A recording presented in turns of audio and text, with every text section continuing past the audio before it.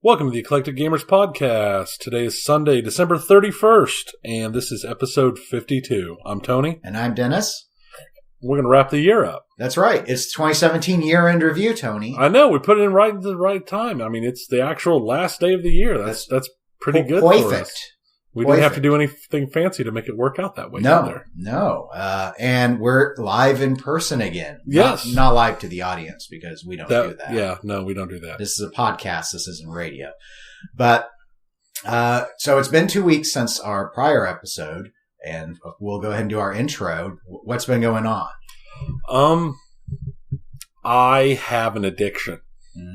Yes. It's terrible. I have all of these beautiful games from Christmas and from before, Breath of the Wild, beautiful game, lots of fun. You spoke highly of it at last episode. I also picked up off the Steam sale The Long Dark, which is a survival horror game. Yeah, I've heard of that. Should be playing some more of that. I got a couple other things in my thing I should be playing. I picked up another one of those spreadsheety... Not in space, though. No, this one's not spreadsheets in space. This one is spreadsheets in 1900 naval policy. So, you basically, I play the head of a major nation naval setup from 1900 to 1925. It's called Rule the Waves. And it is very much, the graphics could I could see these graphics on an old 486. I mean, it is, okay. It looks like just old, like Windows 3.1 panels that are up in front of you, that you work with. I mean, something about this style of game, it's just, I spent like 3 hours the other day just staring and tweaking a ship to get it just right and decided, I'm going to wait a couple more months to see what new technology I get, and just erased it and kept going. So, I don't know. I don't know what it is about this style of game, this 4X. This isn't even a 4X, really.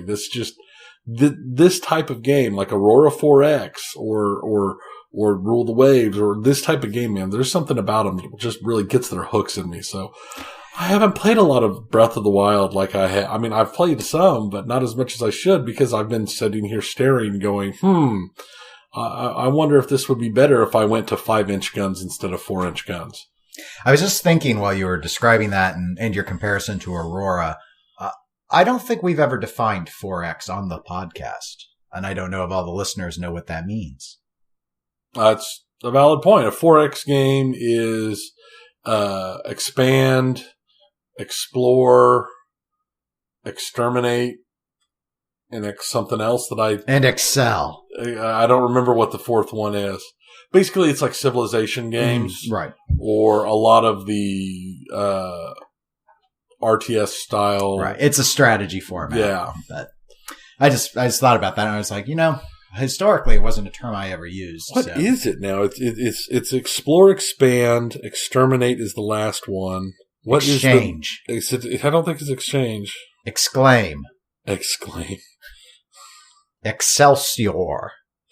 I'm right. My lexicon is getting limited. Yeah, it's explore, expand, exploit, exterminate. Exploit. Okay. Exploit. Well, that makes it sound very negative. Yeah.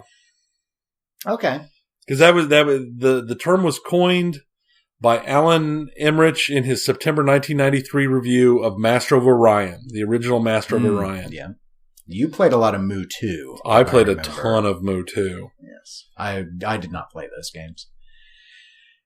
Well, so, the spread, actually, and maybe it'll highlight when we do, I'll plan for our next episode, because we'll be just shy of our 1-year anniversary then, to do our analytics. But I remember going and seeing, and people would go back and listen to our new people, I don't know who, would go and listen to the Spreadsheets in Space episode that was titled that. And it always just stood out to me because it's a older episode from earlier this year, but it apparently had legs. So I guess there may be this whole 4X with a spreadsheet segment that it could be off of this. I don't know. It is a definite. You're a little cult. It could be.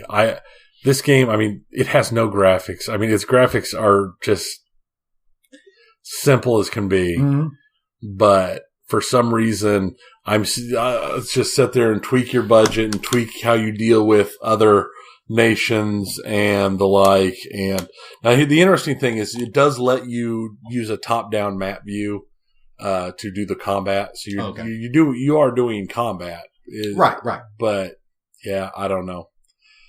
All these beautiful games and this dark thing holds me. That's about all I've played game-wise of any form. But you got new games for Christmas. Yes? You made it sound like you did. The Long Dark. Okay. Just what you bought on the Steam sale. Yeah. Okay. No, I got a backpack for Christmas. Oh. Well, it's a nice backpack, so let's not. I got more than that. I lied to you. I did get a game for Christmas. I got Rocket League on the Switch. Oh, okay. Yeah, I've been playing a little bit more of that, but not as much. I got 3 games for Christmas. So I got Plants vs. Zombies, Garden Warfare 2. I think that's the Plants vs. Zombies. Yeah, zombies. Well, they're kind of cutesy zombies, so sorry. I played the first one. My sister and brother-in-law play that, especially my sister. It's a third-person shooter, and she really likes to play it. Mm-hmm. So I've had it on my list for a while, but I prefer the first-person style, so it's not been a priority game. But I got that. I got Quantum Break, and I got South Park Fractured Butthole. Quantum Break? Wasn't that? Okay, that's the... It was the big summer game last year. That has the movies. Yes. It's got Littlefinger. Yeah.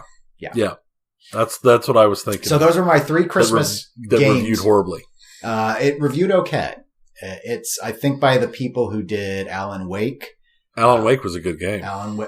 And I don't think it will end up topping Alan Wake, but it is what it is. The movie stuff is a little low rent feeling. And then Steam sale, I did buy I think it was season 5 of the Pinball Arcade. I always wait for them to at least be half off. And that was, I think, the one season that was half off that I didn't yet have. And Papers, Please. Oh, I've played Papers, Please. It ain't got no graphics either. No. So, but it's a really interesting game. Yeah. So those are the games I bought. Now, I haven't, I've been off for almost 2 weeks now. Because normally I take off the time between Christmas and New Year's, and we gave up other holidays, so we have all the eves off of like New Year's Eve and stuff. So usually that just takes 3 days, but I took 3 more days on top of that. So, I have been, and this time I was like, it's time to catch up. I have had too many games sitting in the pile, especially post birthday. You know, I still had 7 Days to Die from the prior year. And it's just like, so I'm going to tear through stuff. That was the plan. Now, I started 7 Days to Die and I put it away because it sucked. Holy crap. I played it less than 10 minutes and it made me want to puke. It's so ugly. It's such an obvious PC port and it feels clunky, like they didn't even try to make the menus friendly to a controller. So, and I'm not going to go into the details on any of these games. I'll save them for the next episode. I want to highlight, I want you to know how hard I've been working while you've been playing with your spreadsheet on a ship, a regular ship instead of a spaceship. I have finished Wolfenstein 2, which, I've been working on for a month or so. I started and finished the campaign in Halo Wars 2, the RTS game. Yeah. I started and finished South Park Stick of Truth because I got a free code with Fractured Butthole. Oh, you never played Stick of Truth? No, I had not. So I won that, and I started and finished Resident Evil 7's campaign. I started and finished all of the story missions in Plants vs. Zombies Garden Warfare 2, which is what I just finished before you came over. I have started Quantum Break, but I have not finished it yet, and I have started Papers, Please's story mode. But I'm only maybe 5 or 6 days into it. Wow.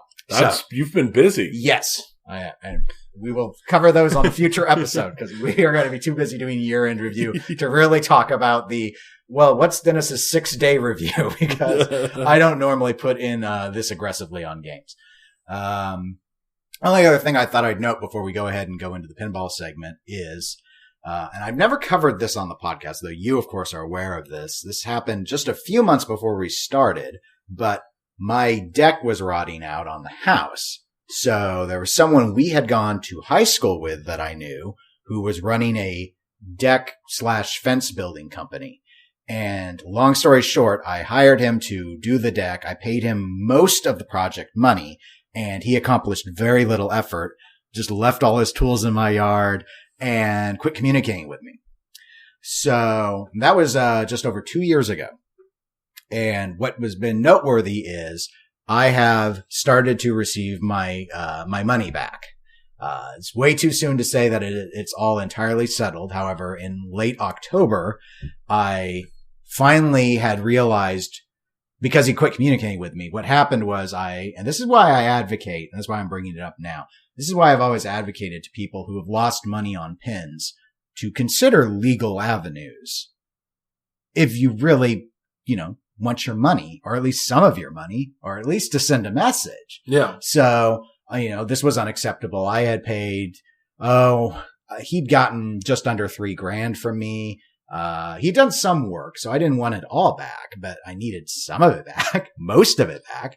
So in October of 2015, I took him to small claims court. He didn't show up, so I had a default judgment of, I don't remember, about $2,100 is probably $2,150 or so, I think, is the amount I was awarded, plus court costs. And I tried to get his assets, but then he moved, and I had no information. His business was him. There was no wages I was aware of. So it was sort of like, you're out of luck. Yeah. And then I learned that he kind of resurfaced in social media. So I was able to find out, here's where you work now. I'll serve you at work, because I needed this asset form. He showed up for the asset form. He apologized and said, I want you to garnish my wages because I owe everybody money, and it's the only way you're going to be on a payment schedule. It's like, okay, that's what we'll do then. So that garnishment process I thought would start in November. It did not. However, it has since started since our last episode. And one of the payments was sent certified mail, and it was kind of delayed by the post office. So I basically had I'm getting a check a week now. Yeah. So I've had 3 payments. At this rate, if they're on average what I've seen between them, he'll probably get me paid off in about a year, would be my guess. So then you're getting a new pinball machine. Well, this isn't enough for a new. Well, not new to you. I'll have to. I'll get something, but you say, it's a down payment on a TNA. That's what it is. It could be, but anyway, it's been interesting. So while the money's coming in, I've frozen doing anything else. But there was, the court. It wasn't just the court fee. Court fees were like $100 and some. Yeah. There was 1% a month interest for noncompliance. So he doesn't owe me $2,100 anymore. He owes me $2,800. And I've been very transparent about this is how much it is, and this is how much was your interest. And here's how much were your court fees. And I didn't charge him the court fees on the garnishment. It was just everything up until that point. So hopefully he doesn't change jobs, so I don't have to refile all this stuff. But he has been communicating with me. And once that's paid, assuming he gets paid off, then I consider it settled. But you don't not finish decks for me. Maybe that's the moral. Do what you're going to do. Or I gave him all sorts of options, like give me the materials, and I'll write it all off, because I could use the lumber. The plans were good. I ended up hiring someone else using his design and finish the deck, which I like the new deck, but it ended up costing. It ended up costing more than any deck ever should. But anyway, that's way enough of an intro, but that's probably why I was just thinking, why do I always sort of come across as semi-litigious when it comes to this pinball stuff in particular? I was like, that's because that's what I do. If you get screwed, that's what the legal system's for, is take them in, even if it's a small amount. And in Kansas, I don't know what the threshold of small claims is, 4 or 6K or so, something in that neighborhood. And so it was like, it's a pain. Yeah. And that's why it's such because when I wasn't getting the stuff back from the employer, it's like, then that's on the employer. I'm like, why have they not? They had 14 days. They didn't respond in 14 days. After 40 days, I would be allowed to then try and transfer the debt to them and say, you didn't comply. You don't care. It's your burden now, which kind of would have been nice. But that would have been hilarious. I would have to show back up to court for every single step. And it's so exhausting. But on the flip side, it's like, no, you don't get to cheat.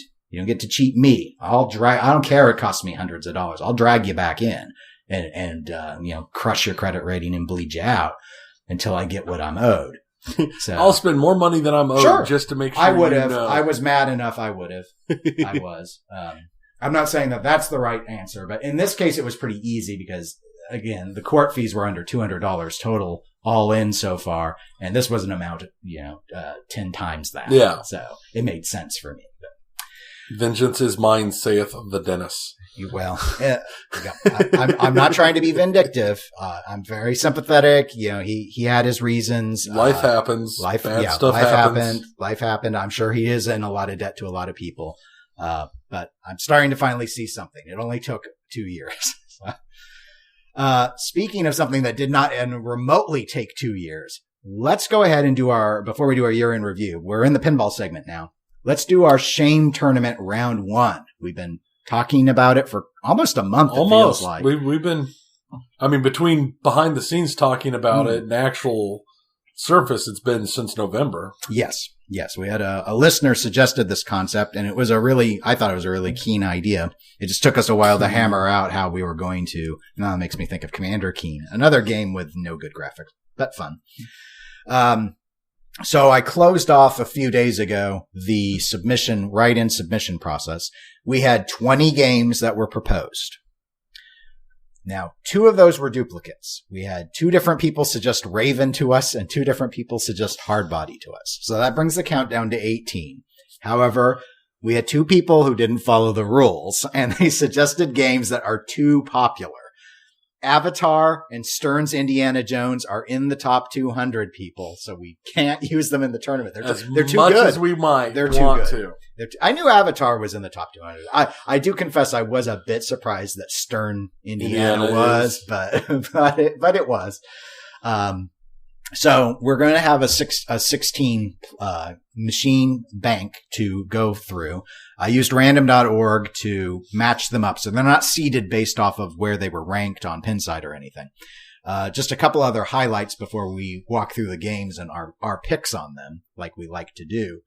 We did have 1 EM that is in the competition. EMs were allowed as long as they weren't in the top 100 on Pinside. And that EM was one we talked about very, very briefly when Nick was here guest hosting. And that's Bally's infamous El Toro. El Toro, or as you might remember me calling it, El Boro, because that is what it's not El Burro, which would be a donkey, but or is that a mule? I don't know. And sorry, I had 2 years of Spanish and I still can't. I'm just terrible with it. And then there was one game that, it didn't have enough votes on Pinside to be ranked. And so it's not in the top 200. So we got to be in. And that is one of the street level games that Premiere did, Vegas. It's a John Norris game. Vegas, baby. That's Vegas. Right. So with our 16 games that are in the tournament, here is what the first round is. And we'll just go through it one by one. First matchup is Hardbody, 87 game from Bally, is up against the Bally Game Show, which is Bally Williams 1990. I've not played either. Okay. 403 Club has Bally Game Show right now. I knew because I remember seeing that comment come in that they haven't, but I haven't been to 403 in a while. It's been a couple months since it arrived, yeah. I've not played Hardbody. It's one of those that I think is kind of known for its backglass, which in a lot of ways people will see it and they'll assume that it's a Gottlieb because they did a photo translate. So. Yeah. However, I will go ahead and vote on this one anyway because I actually have enjoyed Bally Game Show now that I've had a chance to play it. It feels very full. The shots, they're not the best, but they're enjoyable. It's got a fun little sound setup. Ding ding. Yeah. So very game showy is how it comes across. All right, next matchup, WWE WrestleMania, the Stern 2015 game. And that's up against Rescue 911, which was a high production, dollar production effort by Gottlieb in 94, which I think I maybe have played once. I don't know if I've played it or not, but man, I have a hard time finding something as terrible as WWE. Yeah, and that's kind of my thinking. I still remember, I can still in my mind hear the groans of whoever was randomly assigned WWE for tournament at 403. because when I first started doing tournaments at 403, WWE was there and no one liked it, including me. I didn't like it. And here's the thing though. I don't think I ever lost on it. No, I lost a lot on it. I do remember in specifics that game, for whatever reason, I won that game. I think probably not every time it came up in tournament play, but enough for it to be memorable. You just mastered the upper playfield. That was your secret. I don't know if you can really master that thing. You must have, because you kept winning. But Rescue 911's got a helicopter on it. Oh, well, they're right there. Helicopter. Yeah. Helicopter. Yeah. Now, next one or two I definitely have played. South Park, a Sega 99 game, versus Raven, Gottlieb 86. Yep. I've played both of those. I actually lean Raven on this. Oh, I do too. It's not even a lean. I will go and say Raven. South Park, I remember the first time I stepped up to it and it just kept going. Yeah. I just kept going and going and going and going and shooting the toilet over and over and over. And that was like all there was to it. Yeah. Raven is ugly. Its sounds are laughable, but the layout was, at least it let me shoot different stuff. And the other thing with South Park is the continually repeating callouts actually get super annoying really quick. I have not been on it long enough to disappreciate there is a bar and grill that has it just a couple blocks from my house. And sitting there eating breakfast in the morning while somebody's playing on it can get annoying after a while. Now, I have heard if you have a route, that is a game you want because people will drop quarters into it. I can understand that. So, but no, for in my home, no, I would rather have Raven. All right, next one. Genie, the Gottlieb 79 game versus Time Fantasy, Williams 83. The only Williams game in this, incidentally. I've not played Time Fantasy. I've not played Time Fantasy. I think I played Genie in Texas. It sounds familiar. Well, Genie's in Pinball Arcade also, so you. I could have played it in Pinball Arcade. I've definitely played it a lot virtually. It has been at some shows, because I know it and I don't actually hate it. And it is a wide body. I think the entire left half is stupid. Well, because it's just more of that waterfall nonsense. You know, where it's just a bunch of in lanes. Oh, yeah. Look, well, maybe, and you don't have any lane change. So you have to somehow get the ball. People will probably tell themselves, oh, but it's a nudger's game. It's a no one's game. But I like the right half. And that's something. And without having any experience on Time Fantasy, you know, it is what it is. Yeah, no, makes sense. Next matchup, Genesis, Gottlieb 86 versus Roller Coaster Tycoon, Stern 2002. I saw Roller Coaster Tycoon at Mass Street Soda when I went up to Mass a couple weeks ago. I did not play it because I had no quarters, because I'd only had 2 quarters to go into the parking meter in front, because I was going in because they're a specialty soda shop. I was going in to buy some sodas. So I didn't have any quarters with me to play it, but I saw it. It looks terrible. I've played it in Texas. Did you? I've played more than one. And here's the thing. I think I mentioned this once, one of the times Don was guest hosting, because I think this is a game that an underappreciated game that Don likes. Yeah. When we did that way back in 2016. But, I've never played one that worked right. They've all been broken.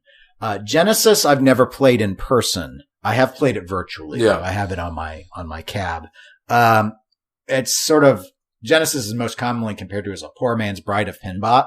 I think you actually have to shoot for more stuff on Genesis, though, honestly. It's like a worse sound package, worse art design, and better rules.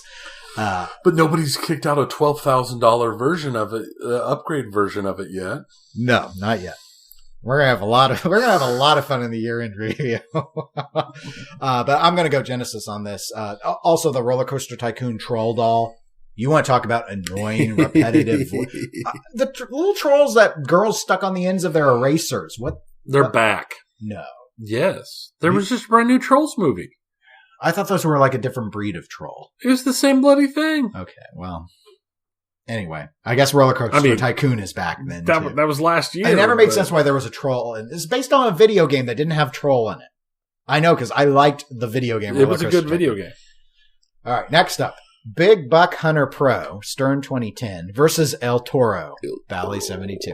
I've not played either of these in any format, so I'm not going to vote on it. I'll skip it. All right, next up. Dolly Parton, Bally 79 versus Silver Slugger, Gottlieb 1990. Well, this one's easy for me. If I've played Dolly, I've played it once. Silver Slugger is a much better game than it gets credit for. It's only not liked because it's not known. Yeah. It is ranked. They made enough of them that apparently Pinside was actually able to muster itself to rank it. But come on, it's got 3 spinners. I like Silver Slugger. It's fine. It's got 3 spinners. I think that's where I would go, but just because I don't think I've ever played Dolly Parton. Mm. And at the same time, why is there a Dolly Parton pinball machine? It was 79. Oh, that's true. It was 79. This was like back around when Ted Nugent got his own machine. Elton John had a machine. So. Yeah, that was just the thing back then, I guess. Yep, that's what you did.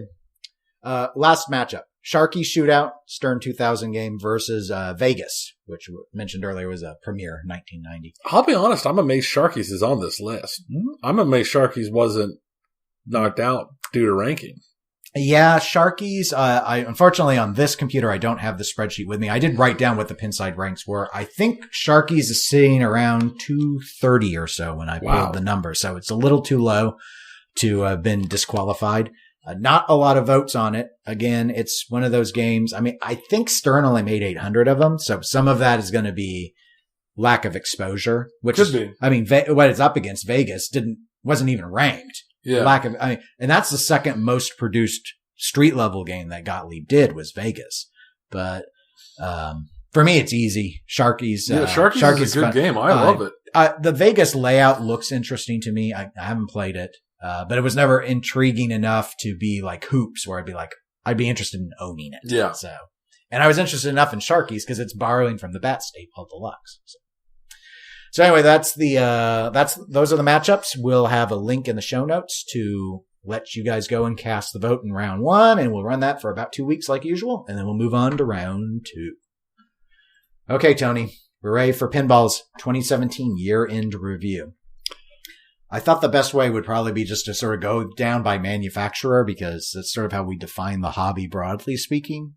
Yeah, I can see that. And then afterwards, if there's anything else before we move into the video games outside of those manufacturers, we can hit on that stuff. No, it makes perfect sense to me. All right, well then let's start with the big dog. That's Stern. I would describe it as this was a return to what Stern has often advertised as their ideal, pure production full year. Last year, there were a lot of delays. Some of it was probably a mix of Ghostbusters was so red hot as a property in terms of demand, coupled with all the playfield clear coat issues. Right. It seemed like everything, the production schedule was all behind. Well, and there was also that whole, the whole LCD thing. Mm-hmm. Where it seems like they shifted production schedules around it, so Batman dropped with it. Yeah, with a very alpha code. Yeah. It was 2016 was a little weird. 2017 though, they had their 3 tentpole games, Aerosmith, Star Wars, Guardians. They had a new Vault Edition, AC/DC. Yep. So they had the whole announcement gambit that seemed to run pretty much on schedule. The only thing I know of is some people felt that Guardians should have and probably was planned to be announced at Expo and wasn't. Yeah. Some people think they didn't because Jersey Jack was announcing Pirates and they didn't want the competition. Others thought it just wasn't ready yet. Then they needed to have the next 2 or 3 weeks to finish that off before they. I lean that way because I don't really think the competition thing would worry them as much, but. So, I guess just some thoughts on the games. What do you think of Aerosmith? I think with the balance that I have not played Guardians of the Galaxy yet, Aerosmith is my favorite Stern game this year. I think it's the one that feels the most done. It is the oldest, but I thought it felt the most done out of the box. Yeah. The first one I played felt solid. Mm-hmm. I mean, at the launch party, it felt solid. I was disappointed I didn't get to go to the Guardians launch party And I haven't really had a chance to play Guardians yet, but I have to say, out of all of this, I have to say Aerosmith was what was my favorite hit.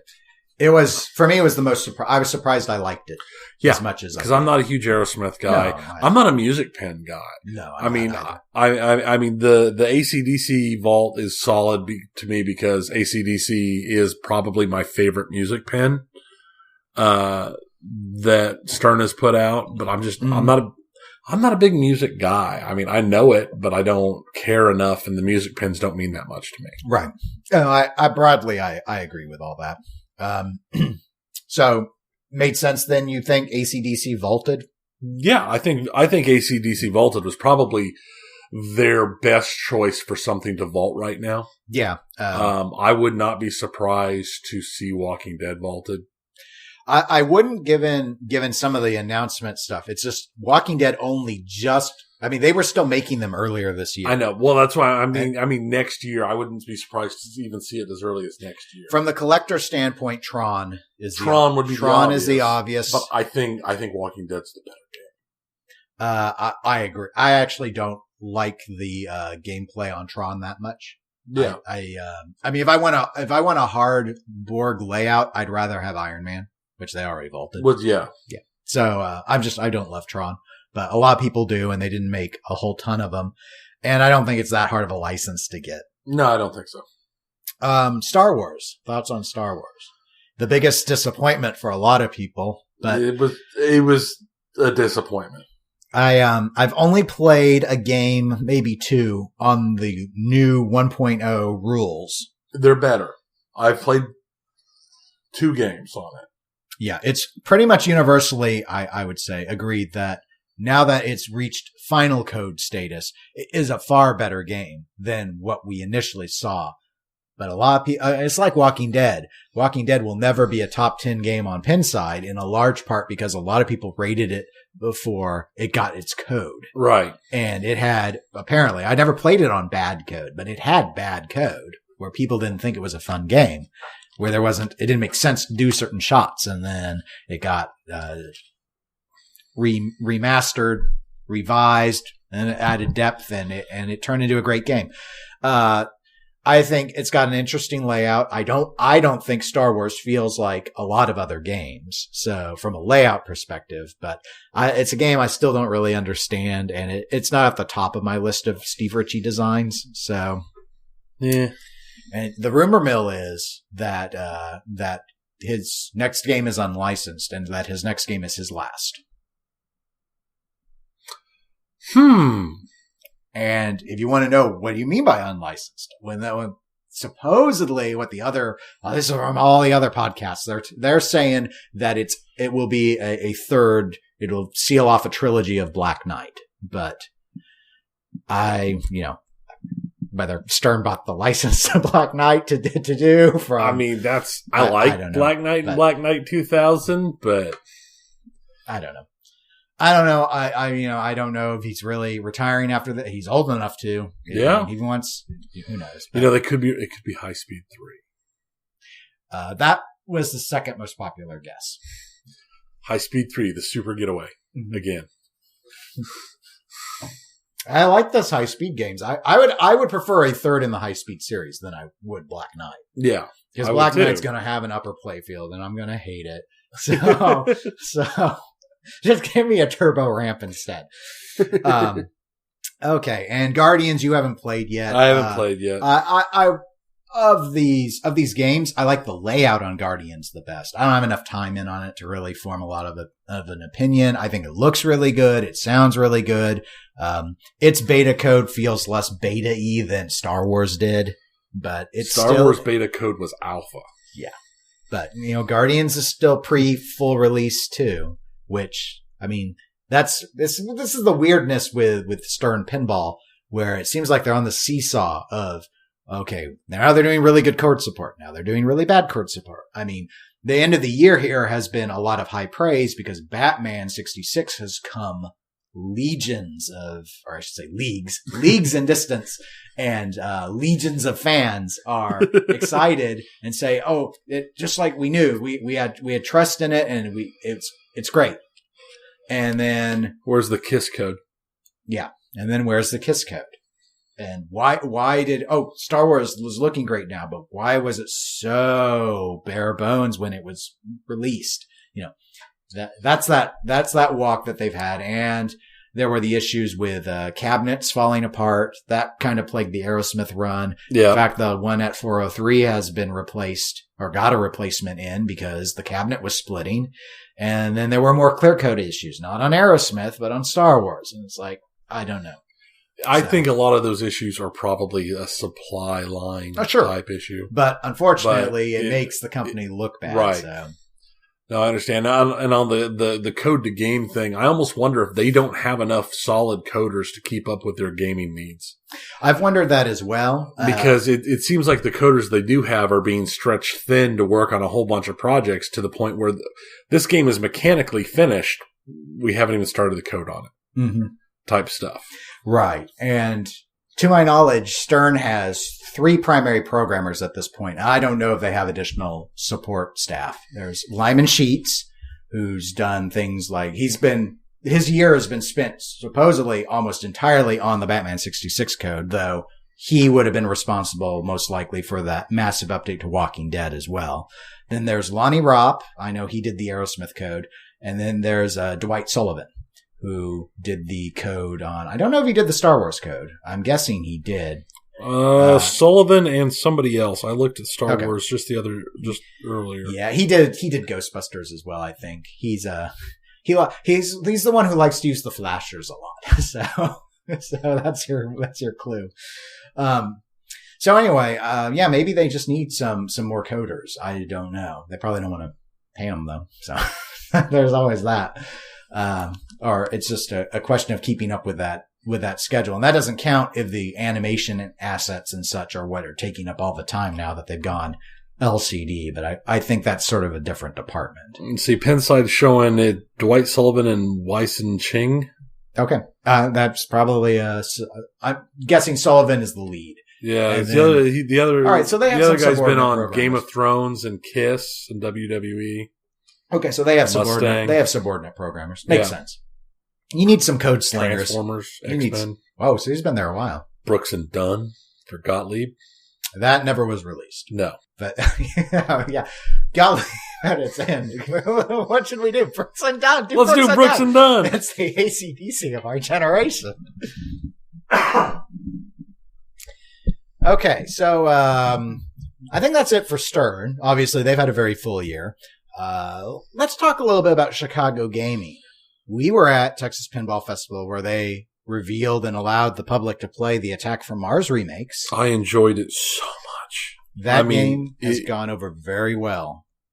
I think it felt a lot better for them than the Medieval release, which felt like there were a bunch of issues.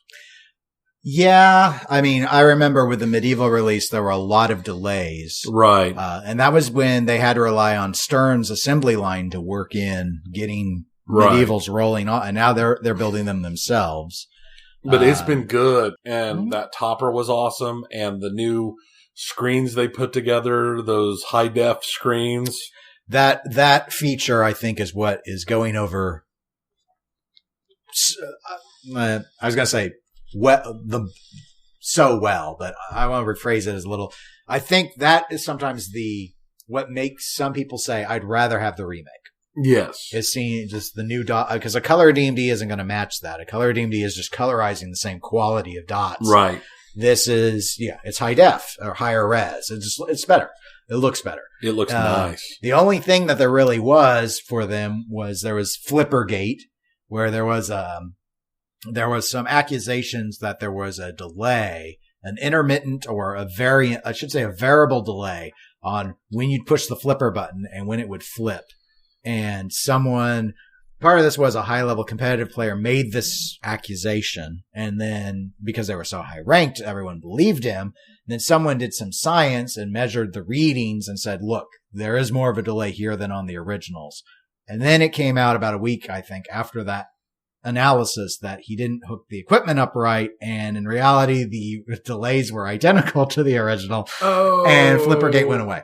Well, So I have a hard time believing something being proven false and it just goes away. I think, right. It was, well, in terms of, it wasn't an electrical processing difference with the button. My guess is a lot of these AFMs are shot, for lack of a better word.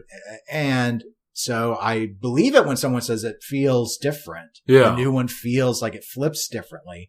Some of that's just going to have to do with the condition of the coil to the condition of the parts and how well restored your original AFM you were playing was. I mean, that can do it.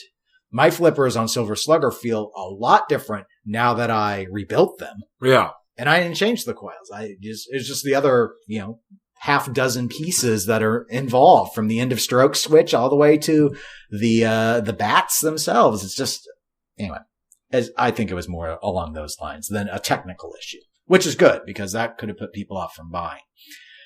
Recently, there was an announcement, not what games are going to be next, but currently Chicago Gaming, they have indicated, as we had heard before, back actually when we were talking with Jack Danger in 2016, Cactus Canyon is planned. So is Theater of Magic. So is Monster Bash and Big Bang Bar, which is a Capcom game. Well, I care about one of those, so. Theater, huh? Yeah, no. I like Cactus Canyon a lot. Well, I'm going to assume if and when they make Cactus Canyon, they're going to finish the code because Williams never did. Well, yeah. And if they're not going to license Cactus Canyon Continued and use that software package, they'll probably come up with their own. Most of these make sense to me because of the low productions. Theater is a bit surprising. Honestly. I thought there were enough out there, but I guess the sale prices. I mean, a lot of people have been responding. What about Addams Family? They made 20,000 of them. Do we need more? I don't think so. I mean, they are high priced, but they're not high. I mean, you can get an Addams Family for less than what one of these will be new. The thing was, it was like buy an original or buy a new in-box one of these. That's what they've been doing so far. Yeah. But Chicago Gaming, I think, has got it set best out of anyone because all they're doing is remaking old stuff that you already know will sell. Oh, if I had the money, I would go out and buy a new in-box remake of AFM right now. Mm-hmm. Sure. And honestly, I would not say no to one of the remake Medieval Madnesses either. Yeah. I mean, I love both those games. They're established games. They're not having they're redoing their dots, but they're not having up until Cactus Canyon, we're assuming, but they don't have to reprogram anything. They don't have to pay for a designer to do the layout. They're not creating anything new from a gameplay perspective. It's all about using the modern technology to translate the old games over. And these were low enough production and they've got the arrangement with Planetary Pinball to be able to do these Williams licenses. So it's a pretty good game. Yep. Jersey Jack. Obviously the big thing was the Dialed In. I am very happy for Jersey Jack with Dialed In because Dialed In is a solid game. And more importantly to me, Dialed In is a game that Jersey Jack talked about and it came out within a decent amount of time instead of being something being talked about and then just sitting in the dark for 4 years. Right. I think Dialed In will be it's the turning point. It's where people say you finally delivered on a game within a reasonable time frame. You didn't miss all your estimates. Yep. You said what you're going to do and you executed on it. I think it also helps that it has been their best game. Easily. I know it's not their best selling game, but it is their best playing game by far. Yep. It's a lot of fun. I've enjoyed it. We still have one on location here at 403 and, I put in money in it whereas I avoided Hobbit. I wouldn't give it my money unless I had to play it. If I had to play the tournaments, the only time I play Hobbit. Right. I wouldn't practice it for tournaments because what's there to practice? It's a fan layout with no outlanes. So I don't need to practice. It's baby's first pinball. So the other big thing, of course, has been the announcement of Pirates of the Caribbean. It's not out yet. No. They've got their prototypes that people have been getting a chance to play. We have not had a chance to play a prototype.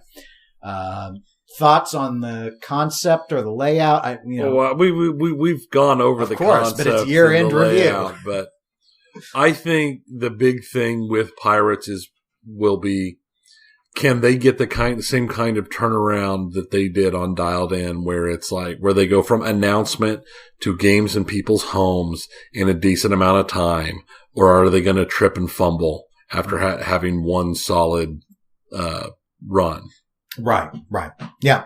This will be, this is do they have the staying power? Right. And if they get this, if they get Pirates out, if they get Pirates pushed in 18, and even more importantly, if they can get Pirates out in 18, make an announcement in 18, and drop the new announcement game in 19, and they can make themselves a solid one-a-year player, I think they're good. Yeah. They don't have to pull Stern's 4 games a year or 3 games in a Vault Edition a year or whatever Stern's doing.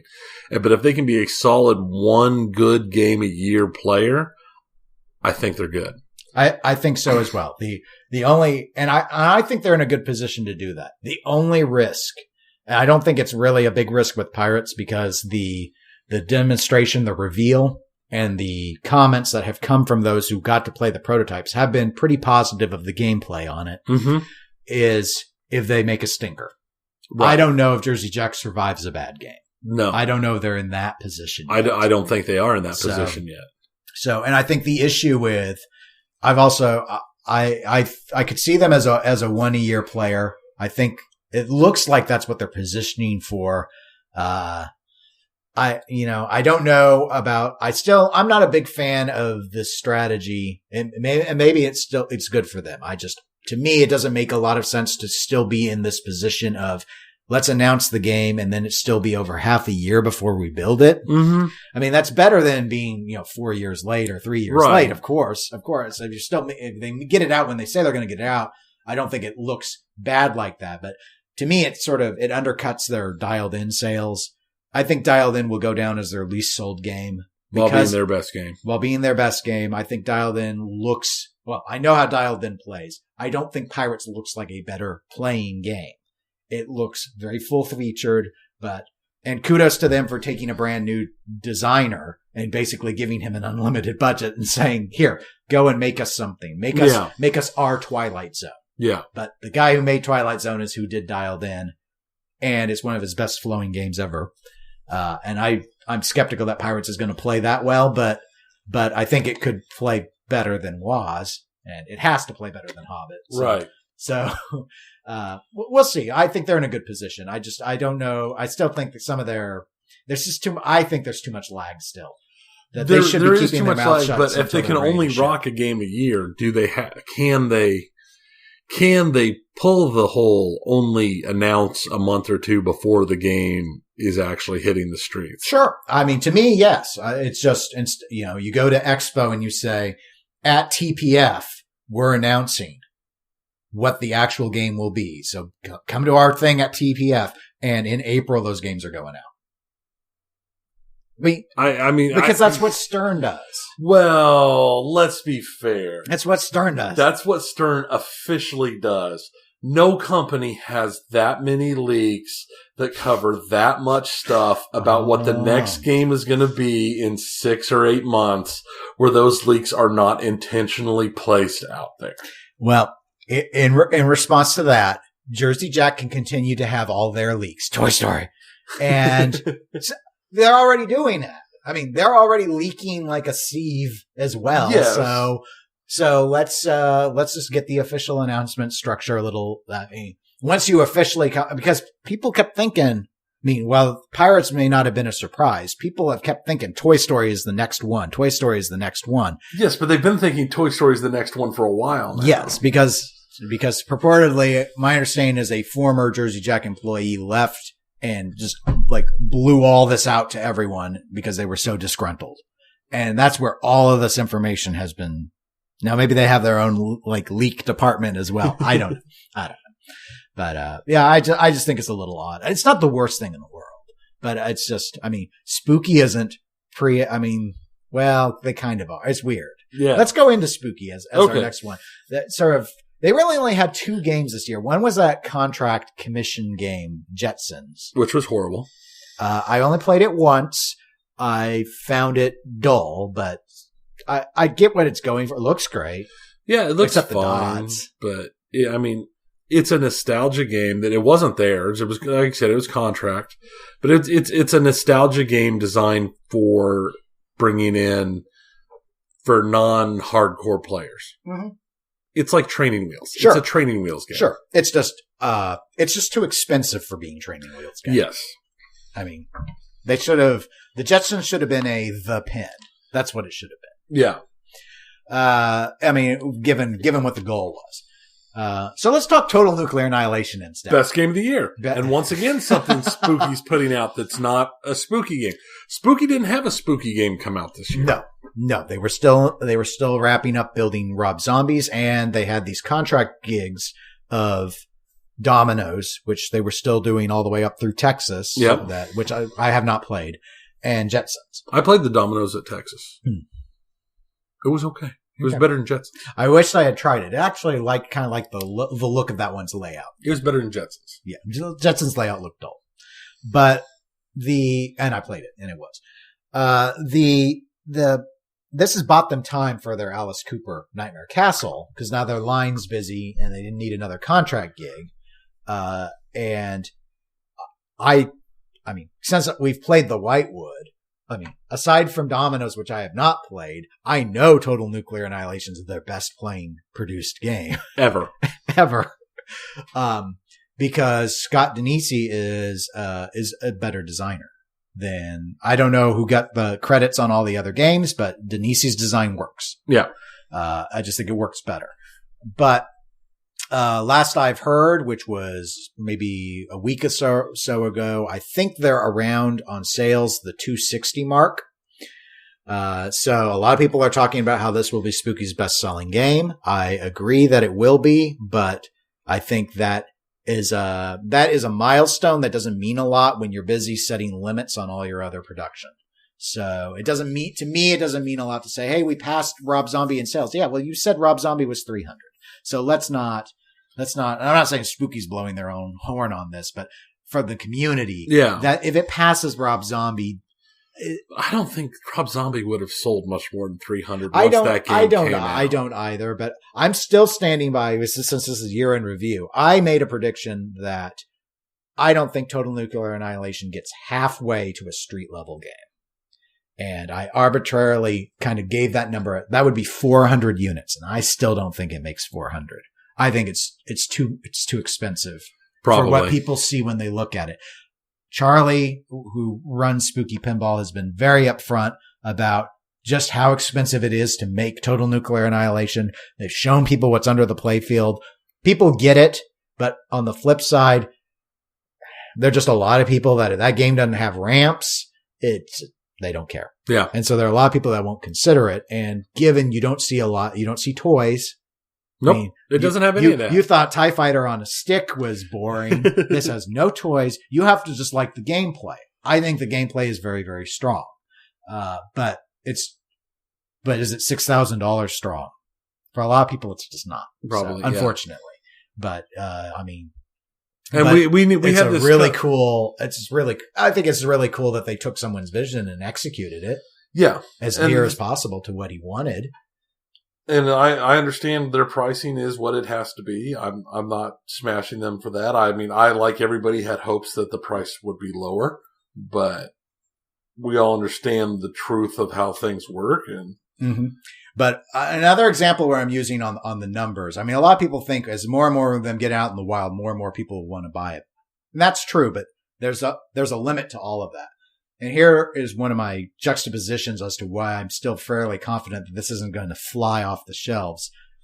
Project Pinball Charity, their drawings, they have a TNA drawing. Yeah. It's still not even at 40% sold. Really? And it's cheaper than buying in on a premium from Stern, which they already cycled through one.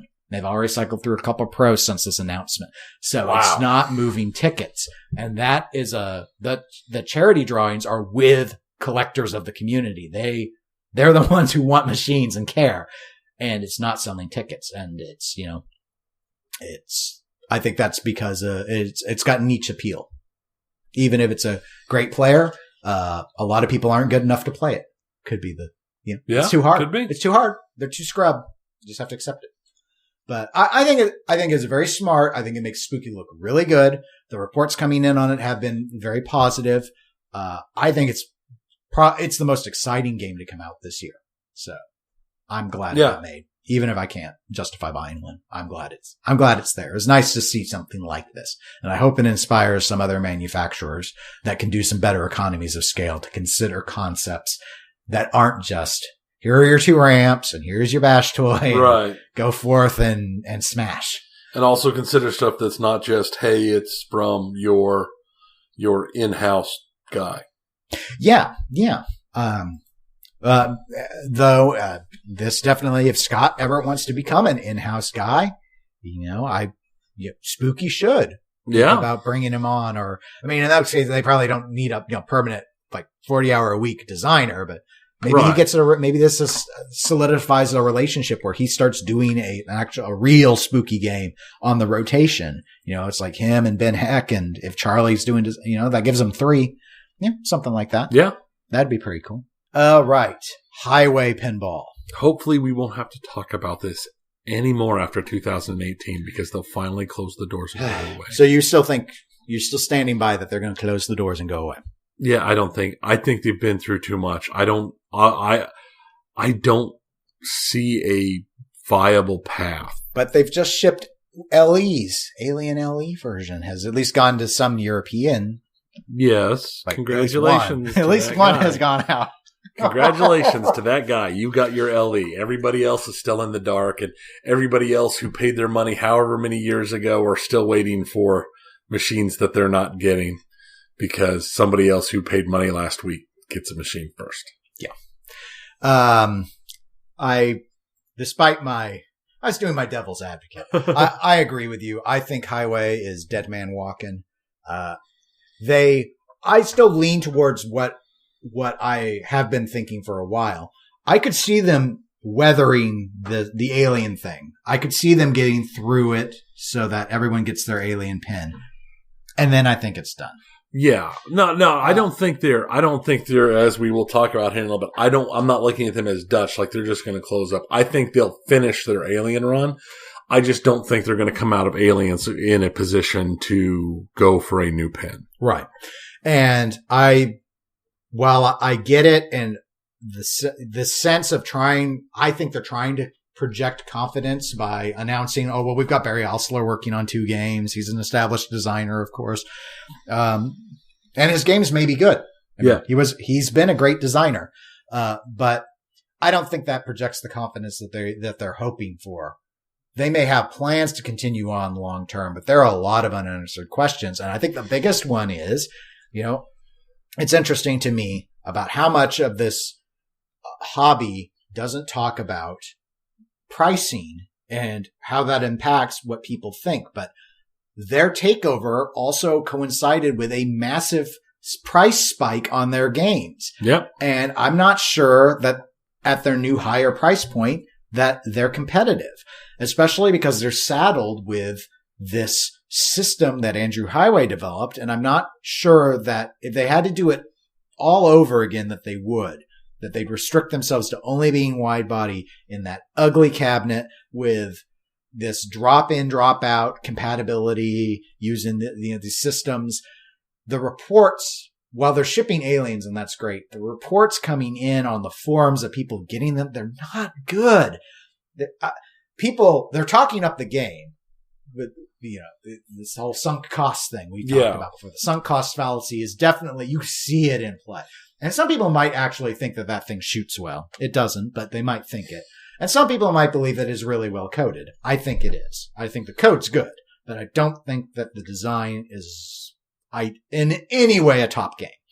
But just from my experience playing it. However, everyone is having issues out of box. And I'm not talking like, the stand-up target is out of position. We're talking the alien tongue that's supposed to catch the magnet isn't retracting properly. There's electromagnetic interference resulting in crazy rainbow vomit going on with the RGBs because the strength of the coil power at the flippers is disrupting them because they weren't properly insulated. It's all sorts of just weird stuff, crashes and all because it's a PC based architecture. It's just, it's like there's no quality control because there's no money. Well, yeah, there's no money. They got to get them out. And most of the stuff is minor. I don't want to imply that these are flaws that are just devastating and stopping people from playing the game.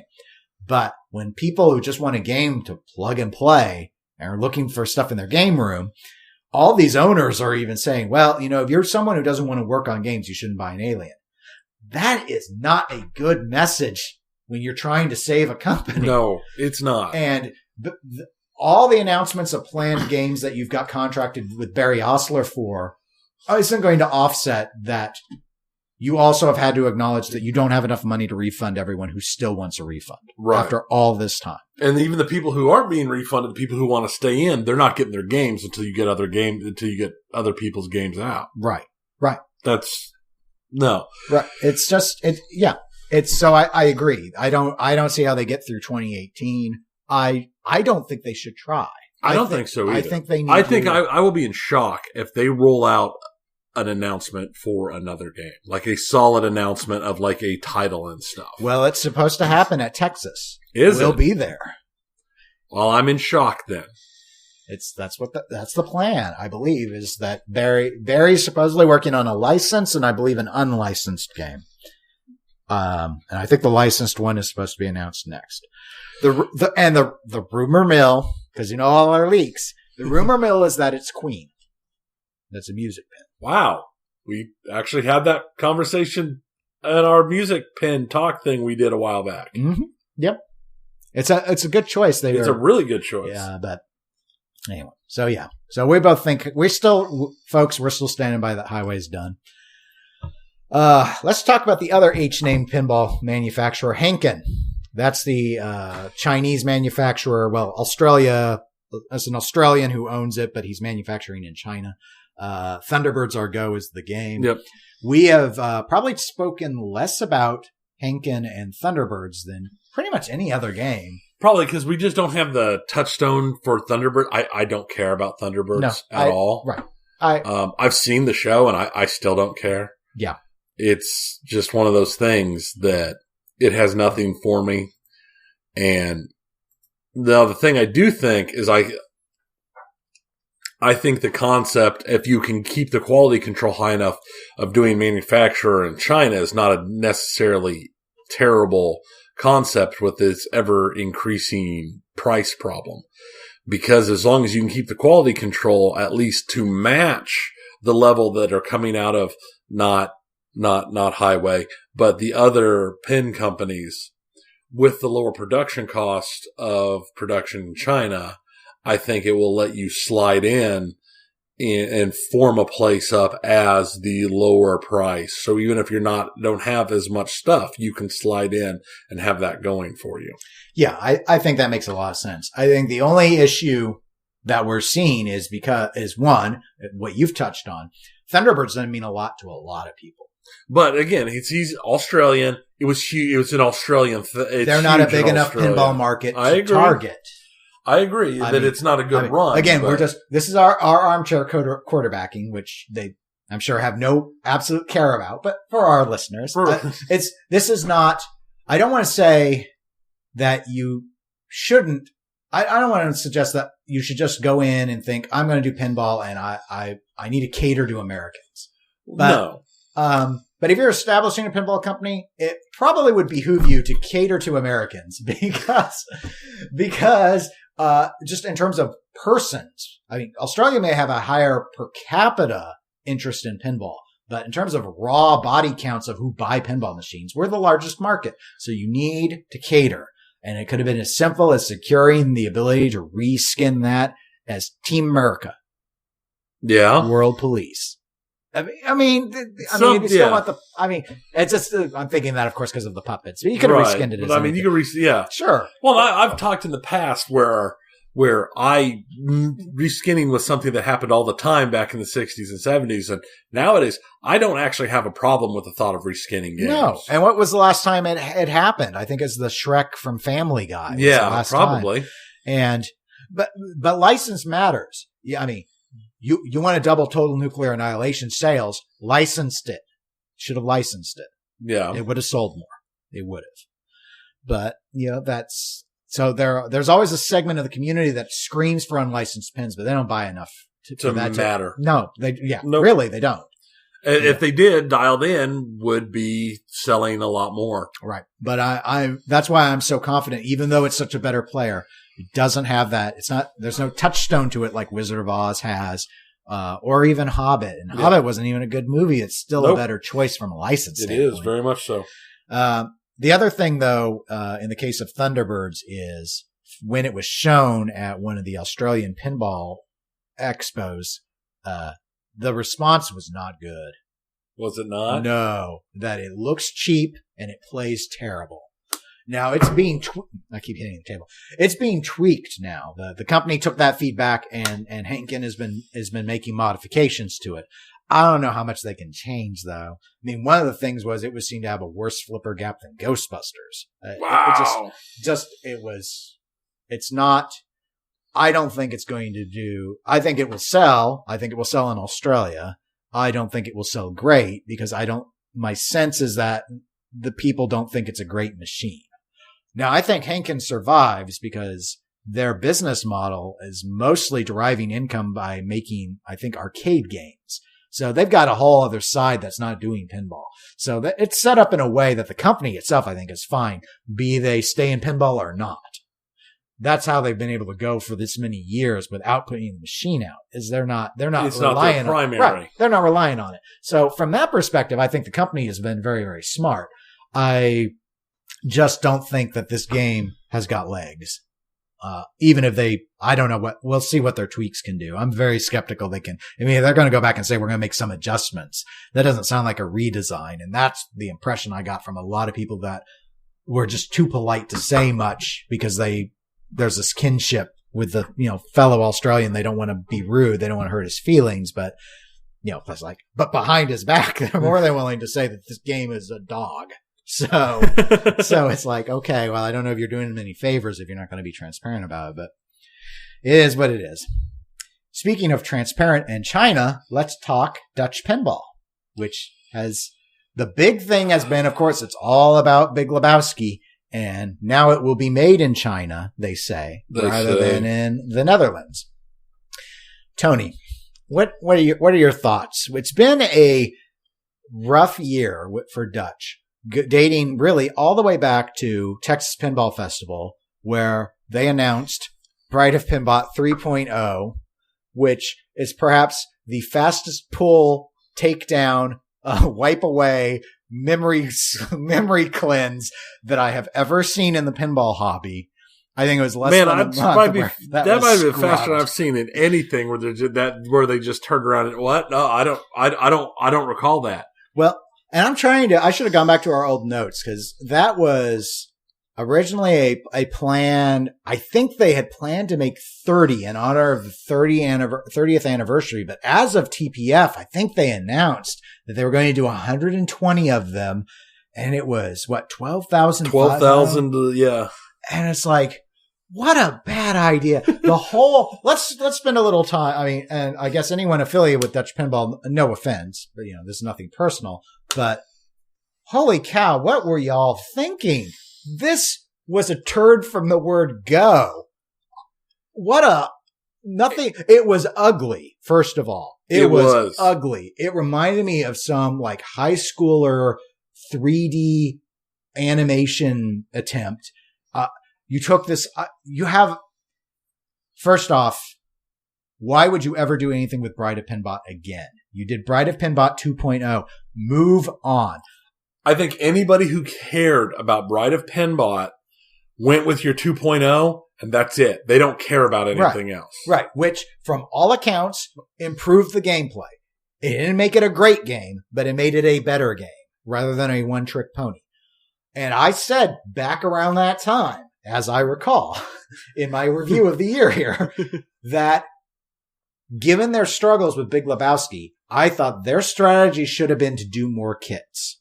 If you can't sell because there's not enough demand, more Bride of Pinbot kits, then develop a kit for another broken game. Yep. That would be solid. Fix something else. There are plenty out there that had a lot of sales, but have kind of janky rolls, and you stick in a new, screen, give it an LCD, and give it a new rule slate, and people will buy it. They showed that with Bride of Pinbot. Yes. Bride of Pinbot 2.0 was their whole entry into trust us, we know pinball. And then apparently they just know Bride of Pinbot. Apparently, if that's your big bailout,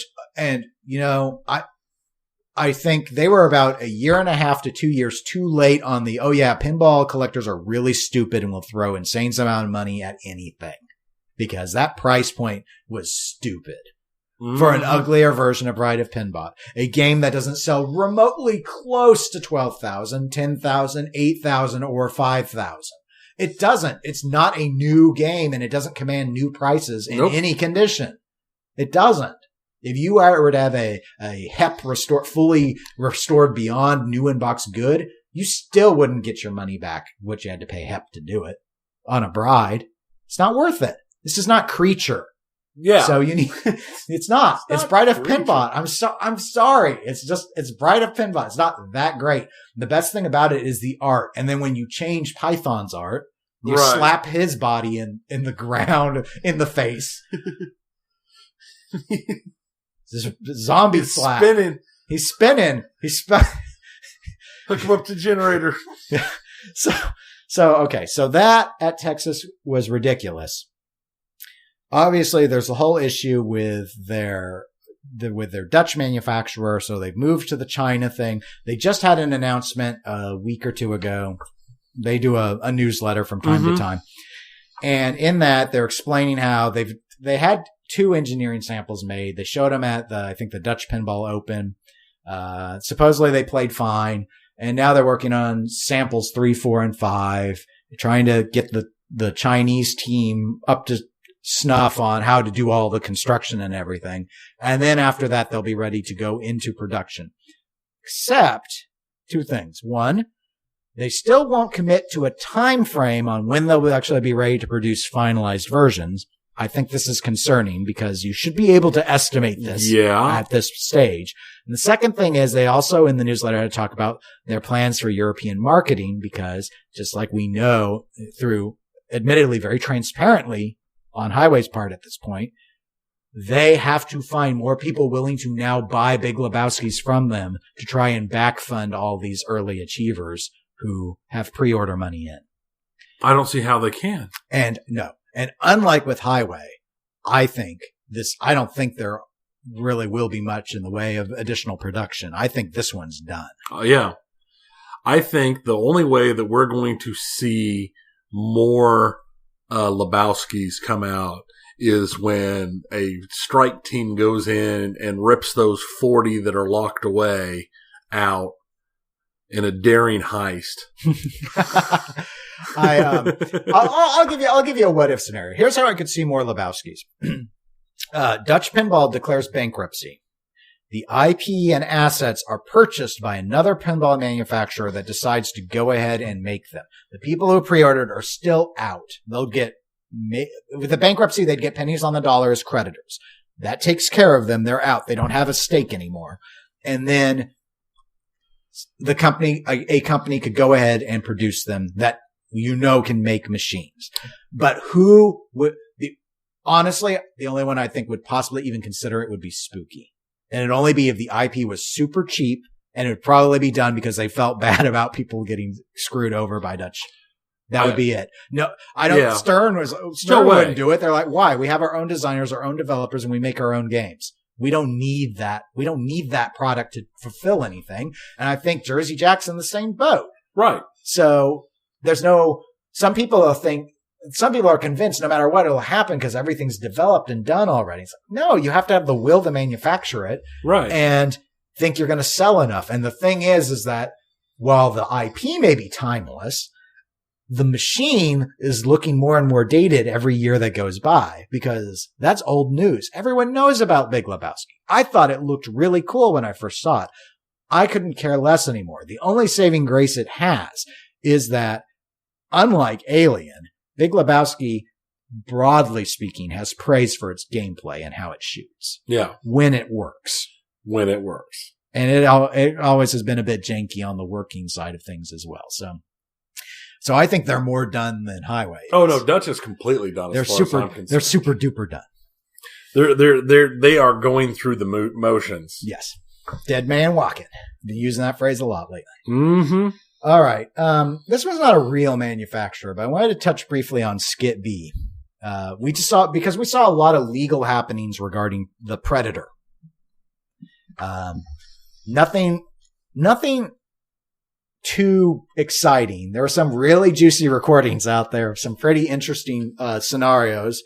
It's been pretty quiet since October though. The trustee has successfully settled with some people who received monies, probably for working on the project and then not reporting it on taxes or anything. Yeah. The only real big score that I am aware of is there is a settlement in regards to a house, but it's in a floodplain. So even that is only on the order of somewhere in the $20,000 to $30,000 range. But, depending on how bad the attorney fees are, this sounds like a case where creditors, I think in the end will get something. It will be a far cry from what they put into it. But I think for most of them, it's about justice at this stage, not their money back. Kind of getting back to my whole deck discussion at the start of the episode. And so I completely understand that motivation. And we'll continue to monitor it, but there's not been a whole lot of news that's really worth going back over. So we only have a couple more entities to talk about. Let's talk about the last established manufacturer, established in quotations. American Pinball. I went in. They've done two things. One was way back at the start of the year. That was when all the news about the Magic Girls. And they built the Magic Girls or built the parts for the Magic Girls. I'm confused. I still don't know who assembled Magic Girl. If J-Pop manually assembled them all, or because that's what it sounded. Some of the stuff that sounded like J-Pop was in there using their area, but he was doing it all himself. It's right, the way it always sounded to me. Yeah, and given how it plays, that wouldn't surprise me. And then Houdini, which their finalized concept of Houdini, the non-J-Pop version, was we were in that seminar that was announced at Texas at the start of the year. And I was really impressed because they got prototypes out. They have issues with the prototypes. Understandable. I don't blame them for something they kicked out that fast.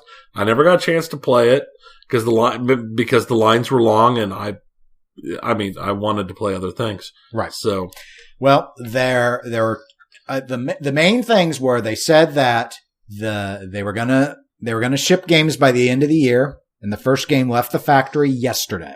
So they kept that.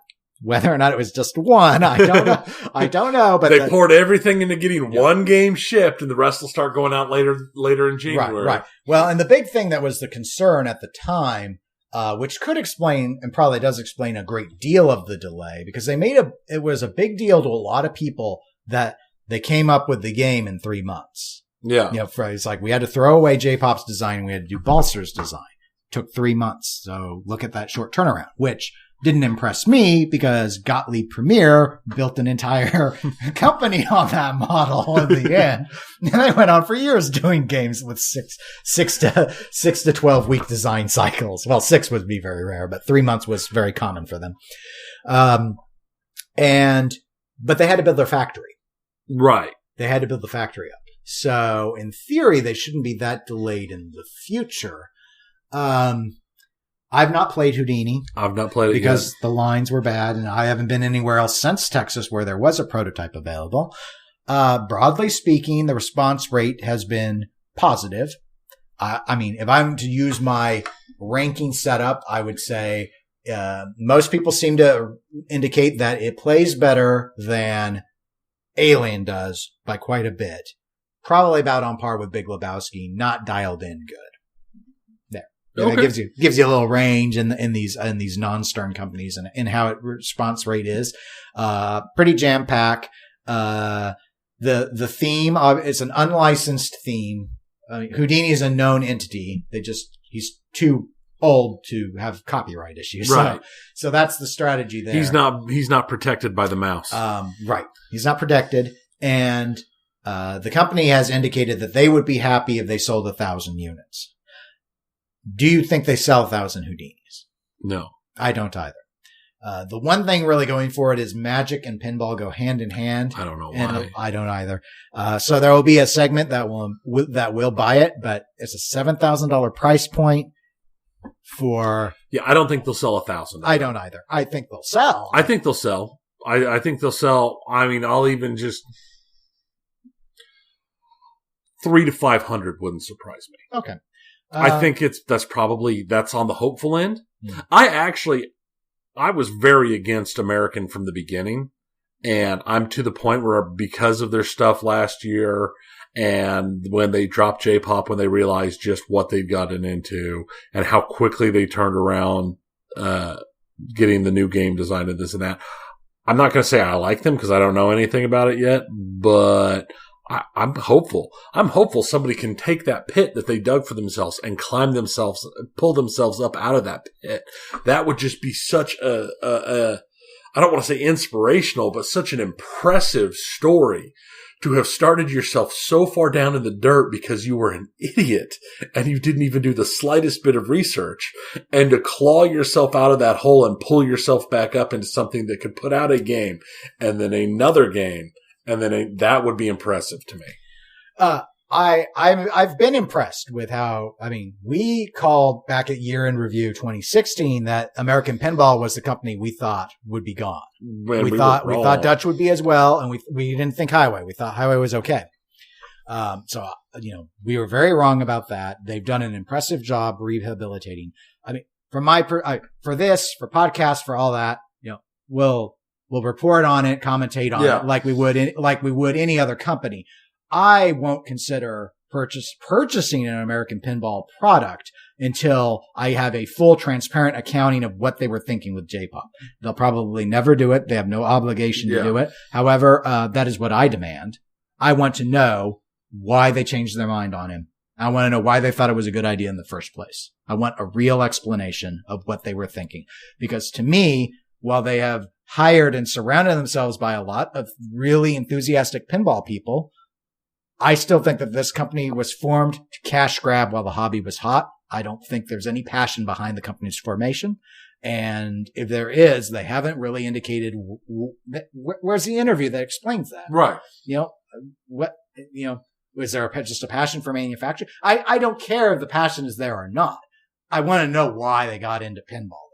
I'm just still curious. of the opinion that it was pinball's big right now. We've got this stuff we can do something with. Why? Well, I liked this pinball machine. Who designed it? Okay.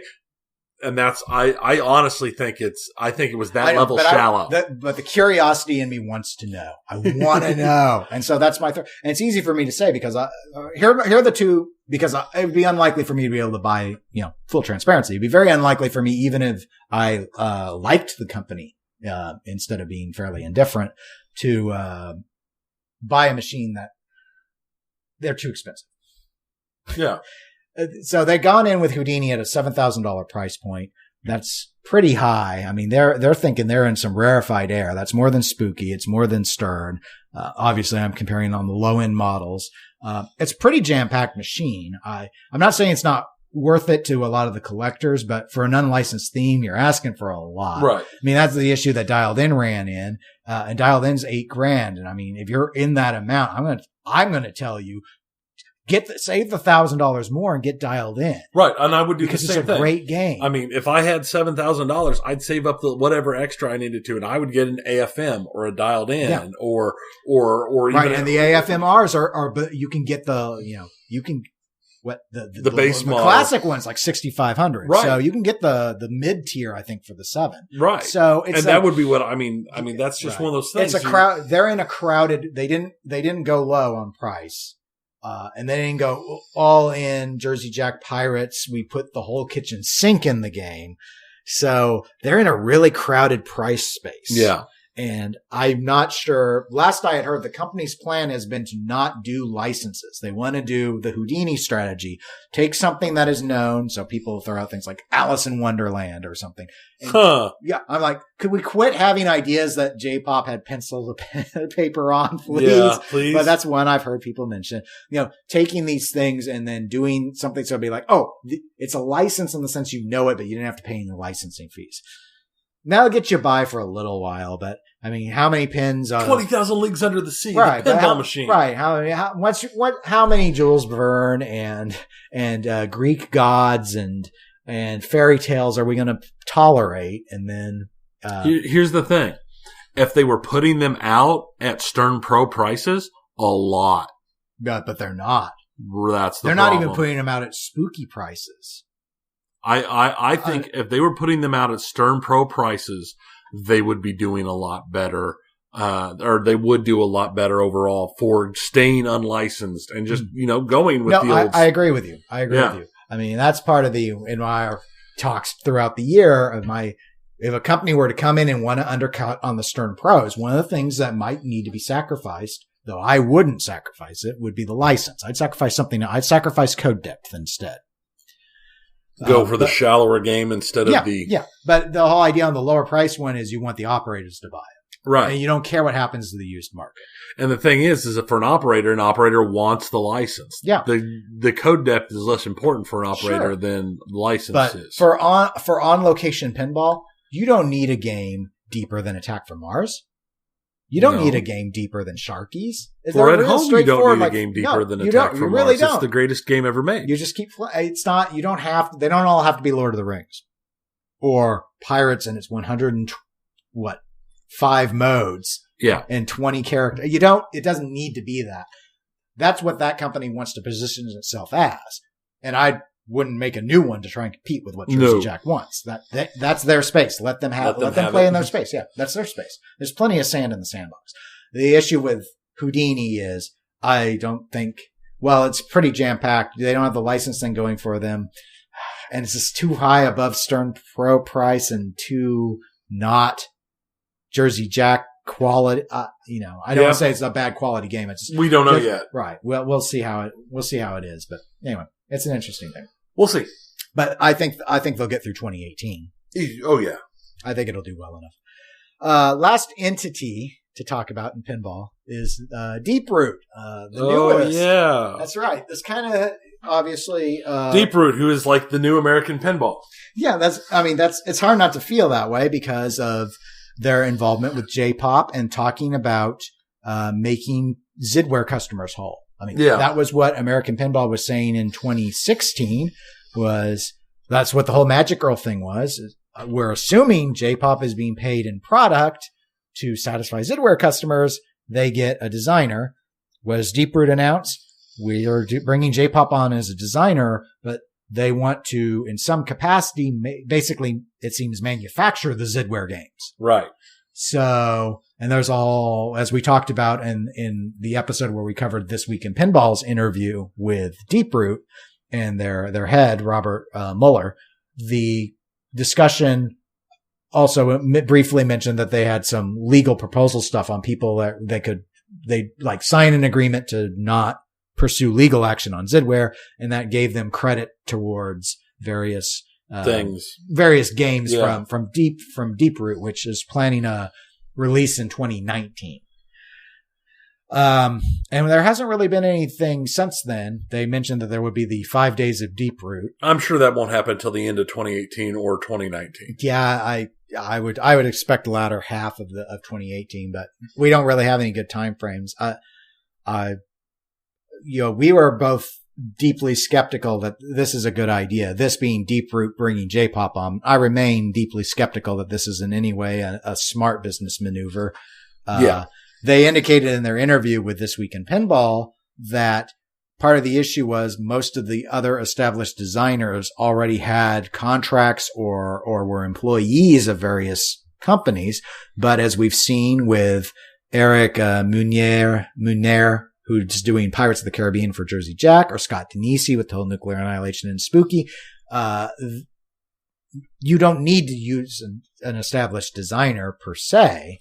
You just need somebody with the ability and the knowledge without necessarily being one of the old school designers. Sure. Or you can try and hire one away. I mean, I don't know how they said they had discussions with them. So I believe that with other designers. It's just, I don't know. The J-pop name is so toxic. I just don't see the value because most of your sales, I know your motto is a pinball in every home, a home for every pinball, but realistically speaking up front, it's going to be the pinball collectors that are most likely to purchase the games unless these are extremely low cost. And American Pinball already proved that J-pop is poison fruit. Right. So I think Deep Root's got money behind it. Yeah. It's Deep Root Pinball is a subsidiary of a variety of other roots of the Deep Root. And so there's a lot of financial money backing this through, investment plans and such. So I think they can endure as long as they want. It's just, I don't know what they're doing. I don't know. I don't understand. I assume that it's because there's an actual interest in pinball here because it doesn't fit the rest of the portfolio. But it's the only thing that makes sense is that it is someone that they actually have interest in it. I mean, there's no way that they could be thinking that, well, I don't know. Maybe they are thinking that pinball resurgence is big enough that people want to it's the time to dive in and try and make your buck and walk away. But I don't know. It requires a much deeper amount of involvement than throwing somebody in at a video game. All right. Well, I think that's enough of our year-end review on the pinball side of things. So let's go ahead and hop over into video games. Video games. There have been a lot of video games because there are always a lot of video games out every year. I thought maybe we should go ahead and start with the major manufacturers on the console side, though, and starting primarily with Nintendo, which I'd say probably by almost any account imaginable had the best year of the big three. Primarily for a reason that you are intimately familiar with, the Switch. Yes. The Switch is definitely been Nintendo's comeback. I know there were articles out earlier in the month showing the Switch has already hit 10 million sales, and that doesn't even include all of the Christmas purchasing. So they are well on their way to outselling the total number of Wii U sales. They're on their way to outselling that in the first year. Yeah. Because the Wii U only had like 13.5 million sales in the first year, or total up to like today. Right. Yeah. Right. And so, I mean, Switch, they've just done a lot of things better. Without rehashing everything that went wrong with Wii U, the system has found, as Nintendo did with the Wii itself, they've found a market that isn't being met by anyone else. They're walking that console/portable line that Sony and Microsoft stay out of entirely. They launched with a solid game and have had solid games since then and have announced solid games based off of their past pedigrees. So people are very confident about the titles. They've also focused on getting third-party developers, which was something that they've been lacking since Wii. And they, on their announcement for Switch, really, really emphasized how many outside developers were working on things. Now, granted, some of that stuff is just like, okay, well, Skyrim has to be on this because Skyrim's on everything. I played Skyrim on my watch the other day. But they've really worked, at least there's stuff to play. So people don't feel like, the problem in the Wii U era was always for a console gamer. Okay. So I've got a Nintendo and I have to have a PlayStation or an Xbox. I have something to play third party games. Mm-hmm. And while that isn't 100% solved with this, it's getting there. It's better where people this year I could actually see people saying my only gaming platform is the Switch and I can be okay for a while. Yeah. And not have to have a PC or have another console. And there's been, I don't actually have the numbers. I should have written them down when I originally read the article or, saved the article page. But I saw an interesting poll that had been put out about people who use the Switch and how they use it. And what's interesting is I know there was a lot of talk when the Switch first came out that, well, it's only going to be used as a dock thing. The portability of it is just a trick. It's something that people see, but they're just going to use it docked all the time. Mm-hmm. Or people are like, oh, you can put it to your TV, but why would you? You'll just use it mobile all the time. And the truth of the matter is the vast majority of users use it both ways pretty consistently. Mm-hmm. The numbers I'm just trying to remember off my top of my head. Something like 18% of users have only ever used it docked, and a similar percentage have only ever used it mobile, and then everybody else uses both. So, I mean, that's... Yeah, it's fit a demand. Yeah. That no one else had realized was there. And so it's obviously done very well for them, and I think it will continue to do very well for them as they continue to fill out the library. Yeah. It was so smart, though, to launch with Breath of the Wild. It was, because Breath of the Wild is an amazing game. I mean, I'm nowhere near beating it yet, and that game is beautiful and fun. I'm not even a huge Zelda person, and that game is beautiful and fun. So, Nintendo done very, very well. Microsoft. It's more of a mixed bag for Microsoft. Hardware-wise, the big announcement was just a little while ago with the Xbox One X. The reviews of that console itself have been very, very good. Unsurprising. Yeah. It's got more power than anything else, which I think is the first time Microsoft has ever been at the top of the power and performance charts. Now, if only they could get at the top of the, games charts. And that's the downside for Microsoft is that, as some might say, some very sympathetic to Microsoft might say, they have a perception problem with a lack of games. I think that's too mild. There was a problem with a lack of games this year. Now, it's not that there aren't games on the console because most of the third-party stuff comes out on everything powerful enough to run it. So that's true. I mean, like, you never have to worry about, if you're a Call of Duty fan, if you have a PC or a Sony or a Microsoft. It's going to be there. Right. It's going to be there. So it's not that there weren't a lot of games, but there weren't a lot of unique games. And that's still counting. I understand that Microsoft is doing this thing now where they want things to be on Windows PC and the console. It makes sense for them financially to do it that way. Yes, it does. And that's fine. I'm counting those games, like Halo Wars 2. There was no banner. There was no banner game this year. There was no mainline Halo. There was no mainline Gears of War. And here's the problem. Those are the only two things that come to my mind when you say Microsoft. They need to fill out the stable. But their racing game that I can't remember the name of. Yes, Forza. Yeah. Forza Motorsport 7 came out. The thing is, there's always a Forza every year because Forza Horizon and Forza Motorsport, they're different developers, but they share assets. And they alternate. So that's a given. So we don't get to count that. The big one that was supposed to be the Xbox One X launch title, Crackdown 3, got pushed back, which is probably good because Crackdown 3's cel-shaded art, I don't think going to look great any better of note. Forza's a better demonstration, but Halo or Gears would have been a great demonstration as well. So it seemed like the hardware wasn't synced with a good game to really showcase it. Well, and I think a lot of that comes from the simple fact that, in my opinion, the hardware was something that was in process, not necessarily for what it became. I think it very much was we are getting destroyed. We need something. Well, this is another project we're working on.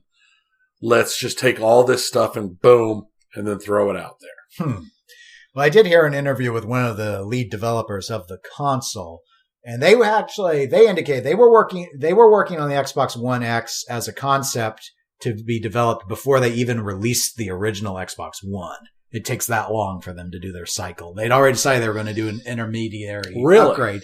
And their decision obviously was not in any way influenced by the Sony PlayStation 4 Pro, which they had no idea about and came out about a year before theirs did. Both companies arrived at that idea that this was how it was going to be now.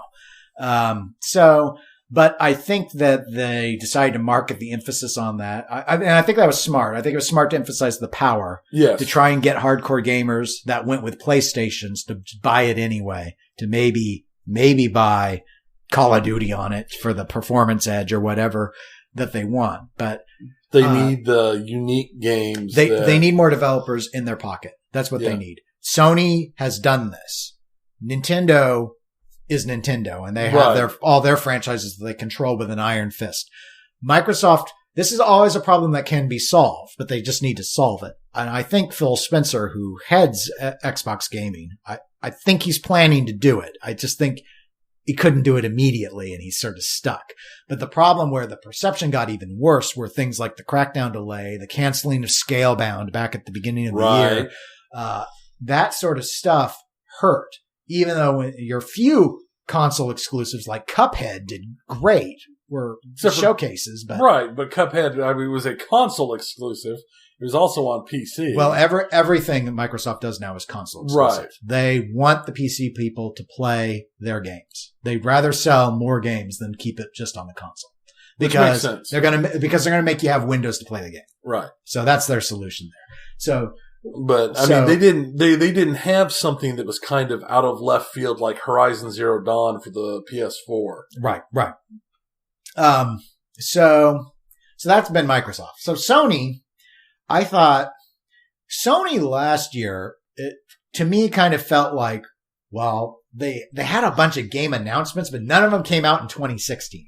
2017, they had some really good, really popular games.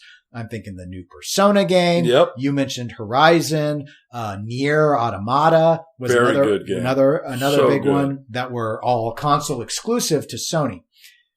The problem I think Sony has had this year, and it hasn't been much of one because they're sitting at the top of the charts. They have more consoles sold current gen than any other manufacturer. Yep. I mean, you could combine Switch sales and Xbox all flavor sales and still not reach the PS4 plus PS4 Pro sales. Yeah. But here's the thing. I felt so bad for Sony, especially when watching the Video Game Awards, when they had so many good games, almost all at the start of early in the year.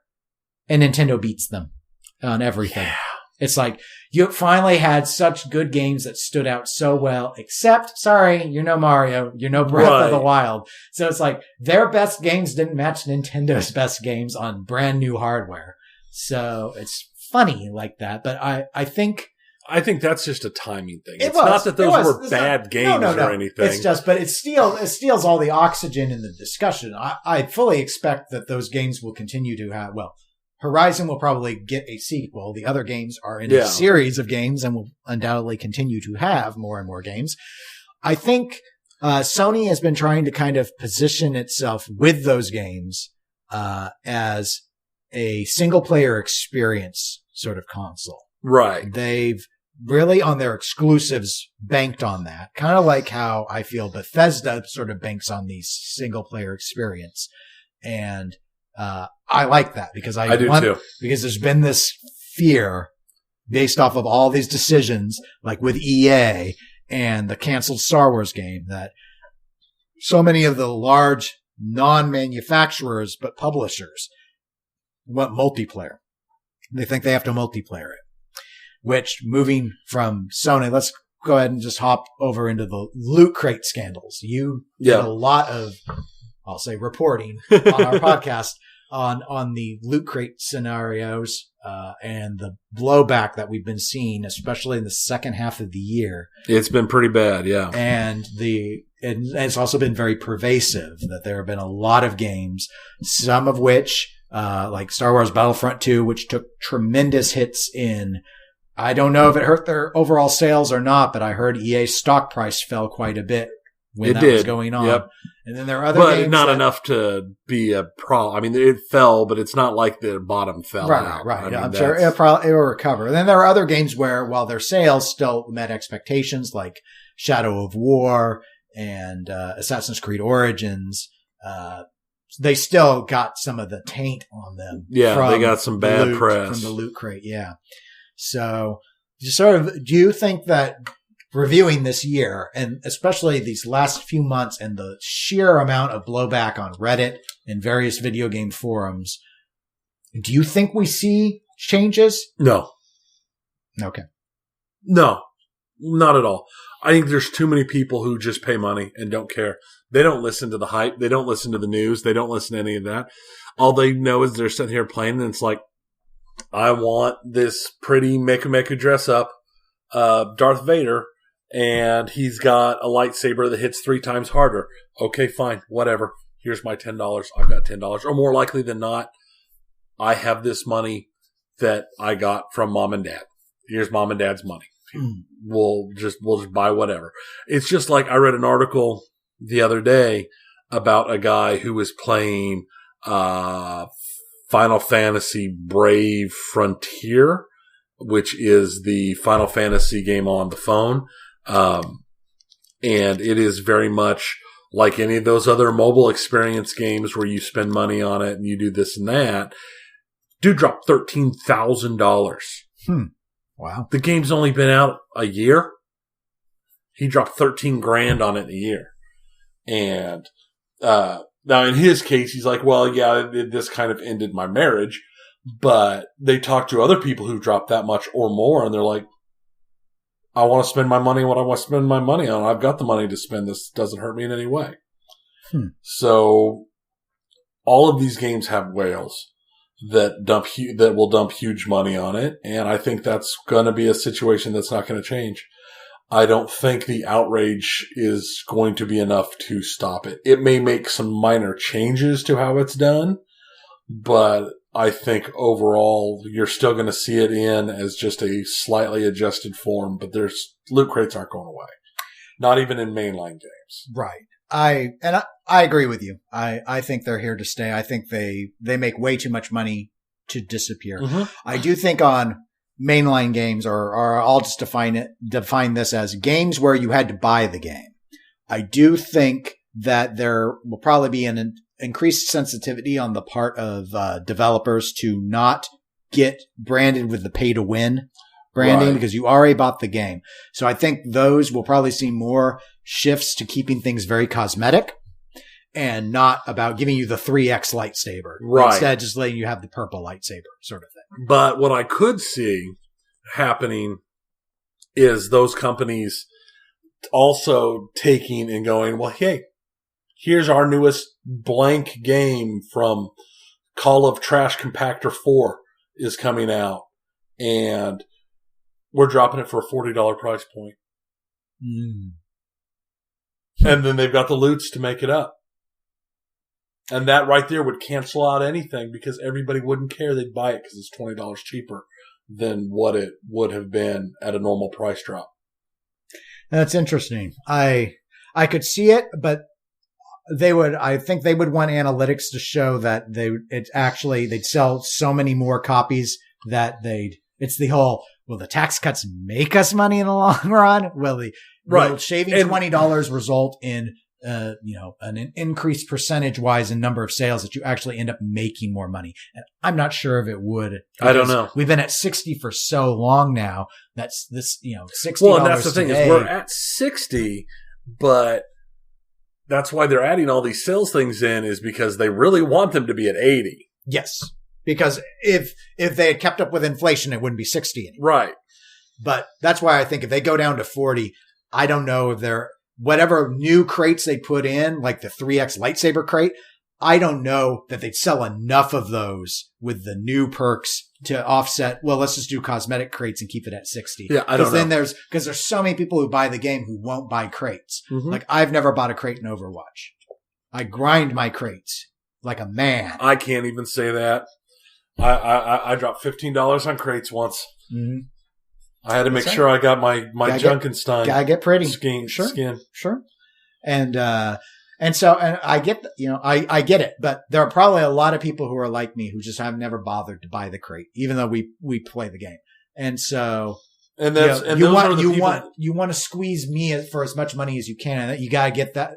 For me, you got to get it on the disc. Right. You got to get me on the disc. But then, I mean, this model's been working out pretty well for other, like Rockstar. Sure. Rockstar, after what happened when GTA 5 became GTA Online, they flat out said that they're not ever putting out another game like the old ones. Everything's going to be fully online all the time. The new Red Dead's going to be. Yep. I mean, that's going to be, it makes them too much money from little extra stuff they can sell. I play mobile games that live and die on the whale concept. And I don't put any or very little money into any of them. And this is something that started even back in the day, back when I was buying stuff for wargaming games. Mm-hmm. But it's definitely never going away. Yeah. Yeah, I agree. So here we are at the end of the year. Disappointing games. What do you think? And you see here, it gets hard for me because I didn't play a lot of games that came out in 2017. Well, that's the thing is I didn't play any games that came out in 2017 that were really disappointing. Right. I mean, if we want to say the most disappointing, let me start with the game I played this year that was the most disappointing to me was a 2016 game called Dishonored 2.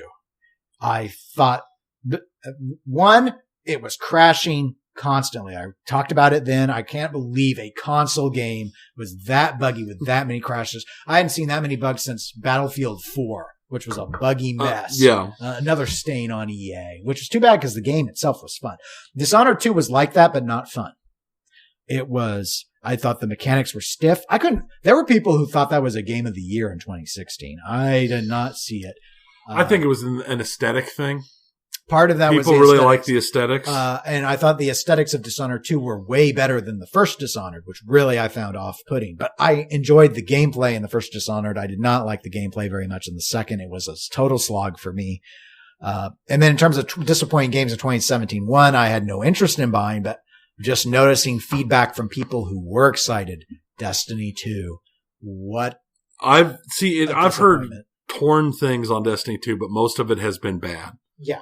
No, I hear it's a tight shooter. The mechanics are good. Bungie knows how to make the gameplay mechanics of moving your character and fighting fun. However, my understanding is the PvP is not nearly as good as it was in the first game, that it's whoever lands the first shot wins. That's the PvP now. And they have been so slow to develop raid content, and it was so quick. Common complaint of MMOs, but it was so quick to get through all the story stuff. And then their very first DLC raid stuff they put out wasn't good. Or at least the first event wasn't good. So there's been a lot of really negative feedback that it's like they didn't learn anything from the first Destiny. Yeah. They made things that were great worse, and they didn't fix all the things that were bad. So overall, well, I'm sure from a bottom line standpoint, it has been very good for Bungie. I can't, based off of everything I've seen, there was so much hype for this game. I just don't think it can be labeled as anything other than a disappointment. Probably the biggest disappointment of the year, aside from Mass Effect Andromeda. I was going to put Mass Effect Andromeda. I wondered if you would. So I have not played it either. I've not played it either. Mass Effect Clayface. They killed Mass Effect. Yes. The Mass Effect Andromeda was so bad and set a whole bunch of stuff up for sequels, but everything about it went so bad that they literally were just like, what Mass Effect? As they're pulling the knife across the throat and hiding the body in the shadows. We didn't put out a Mass Effect game this year. I don't know what you're talking about. And there's no more Mass Effect games coming out. Yeah. And EA again, and while it may not have been Montreal's fault for a lot of the issues that they ran into, like being required to use the Frostbite 3 engine, and that's why the clay faces are clay facey, and they had a lot of trouble with getting that to work with an RPG and all that. So I don't want to throw the developers fully under the bus, though I do think, unlike some entities have claimed, I do think there's some developer culpability here. Mm-hmm. I don't like to say let's us blame the filthy publisher. But I will blame EA for their nasty habit of the moment there's a bad game, they just close the studio. Yeah. And that's what they did here. That's exactly what they did. Dead. Killed you off. Kill them off. They failed us. There are games out there that have, well, like we see in pinball, there are games out there that aren't that great, but once they've had some time to get some code revisions in, they're fine. Man, EA doesn't even, nope, dead. Or it'd be like, if a designer has a bad game, you not let him make a pinball game again? I don't know if it was Charlie or who, but just because I don't like Rob Zombie doesn't mean I don't want them to have the opportunity to do another game from a development standpoint, or not every game is going to be gold, and the desire for every game to be gold is the reason we're at Call of Duty 437 World War II again. Yes. And why once certain series, they lock themselves into a niche. That's why we're at Assassin's Creed. Oh my God, we've caught up almost to modern times. Let's go back even farther than we were originally. And the origins. So, how about top games? Top games. Now, I have played several games that were new this year. I'm torn, and this is me. I'm going to separate this into two sections, my top game. Oh, wow. My game that I think is the prettiest and that I think is definitely has the best story and is the most engaging to people who aren't crazy like I am. Any guesses? Horizon. No, it's Breath of the Wild. Oh. Which beat out Horizon for everything. It was at the Game Awards. So it should have beat out my guess. Yeah. So yeah, Breath of the Wild. I just forgot because it was so new. Because it was last episode you were really talking. Yeah, I've been loving this game. Okay. Well, it makes sense. I've only heard good things. But because of my craziness, the other game that just came out this year that I'd have to look on Steam. I know I'm up over 100 hours on it already. Maybe coming up on 200 by now. Cold Waters. Yep. Old school Cold War era submarine combat. Yeah, I can't. That's a game that I will pick up and start playing randomly just for it is my, I don't want to say it's my light level game, but it is something that doesn't require me to be too buried into. For me, it's super relaxing. Okay. Where like Breath of the Wild, you're doing stuff, you're trying to remember stuff, you're running on your quest, and you're paying attention. I say paying attention like I'm not paying attention when I play Cold Waters, but it's a different type of attention. It requires a different level of you're thinking differently. And Cold Waters is a game, if I'm not really wrapped up into it, I'll play some Cold Waters. And if I screw something up, oh well, I'll start another one. It's just kind of for me, Cold Waters would be more like dropping quarters into a pinball machine. Oh, I had a bad game. Where you're much more invested in like Breath of the Wild, or like when Fallout came out and you were playing Fallout, or playing a Skyrim or a Witcher, which I own now and I need to play. I haven't actually even started it, but I bought it at the last sale. It's a good game. I've heard that. Everyone says it's a good game, but I've still not started it because now I'm playing Breath of the Wild. But I'd say those are my two. Breath of the Wild for look, story, and all that, and Cold Waters because Cold Waters can be simultaneously really, really relaxing and super tense in a way that just flows. And, when you're dodging attacks by enemy surface ships and submarines and this and that, you can be fun, or it can be super tense, and it can be insane. And it's a game that's got those moments where sometimes you'll slip out of something. You just want to jump out of the chair and cheer and be like, yeah, did you see that? Nobody saw that. Nobody cares. Sad. Okay. Well, those make sense for you, definitely. Okay. Well, I have played a few now, especially these last few weeks or few days, that were 2017. My number one highlight pick will be Wolfenstein 2, the new Colossus. Yeah. It's such a worthy successor to the first game. The story, it's good. It's so well written, despite how crazy it is. And I know I'd mentioned how crazy it started to get. It got way worse. I've heard that it gets oh my nuts. Gosh. It gets so ridiculous, but it's, then they have like even humorous moments, but they also play it so serious at times. And it works really well. The dialogue and the interaction between the characters is so solid that's why I put it up there. It's a blast to play. The mechanics still feel good, just like they did on the first one. And it puts you in a lot of different scenarios. It's got a lot of interesting challenges. There's a lot of meat there for it being single player. Yeah. If you want, there's a lot of things you can work on.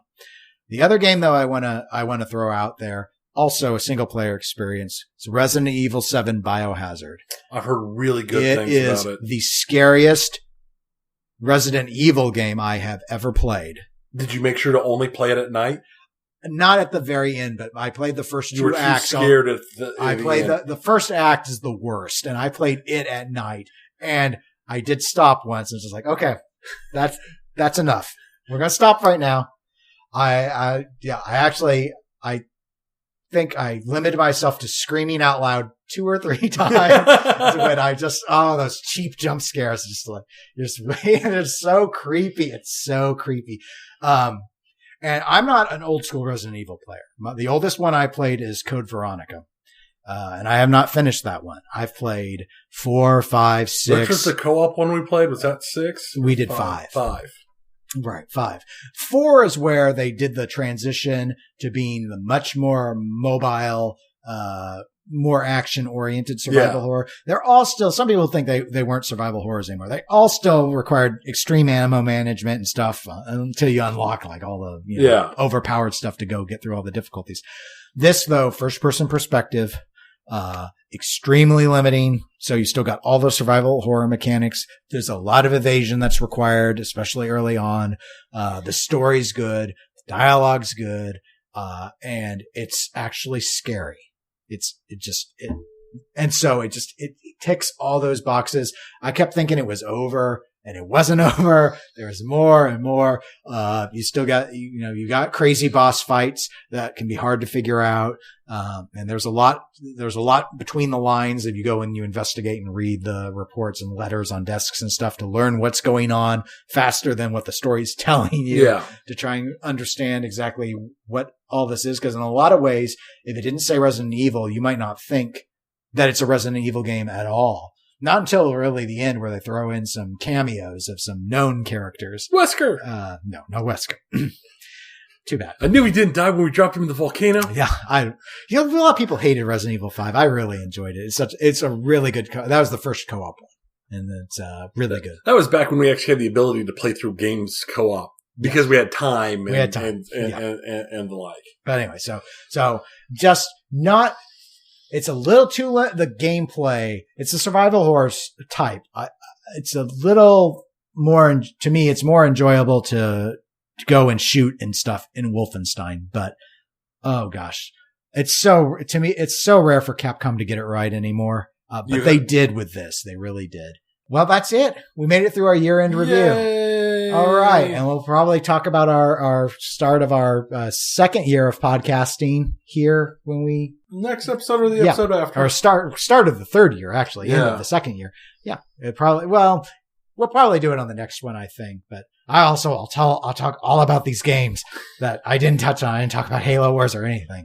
Might go a little bit more into Resident Evil as well. But anyway, that's pretty much it. You can always reach out to the show, facebook.com/Eclectic Gamers Podcast, or you can send us an email, eclecticgamerspodcast@gmail.com. We're on Twitter and Instagram at eclectic_gamers.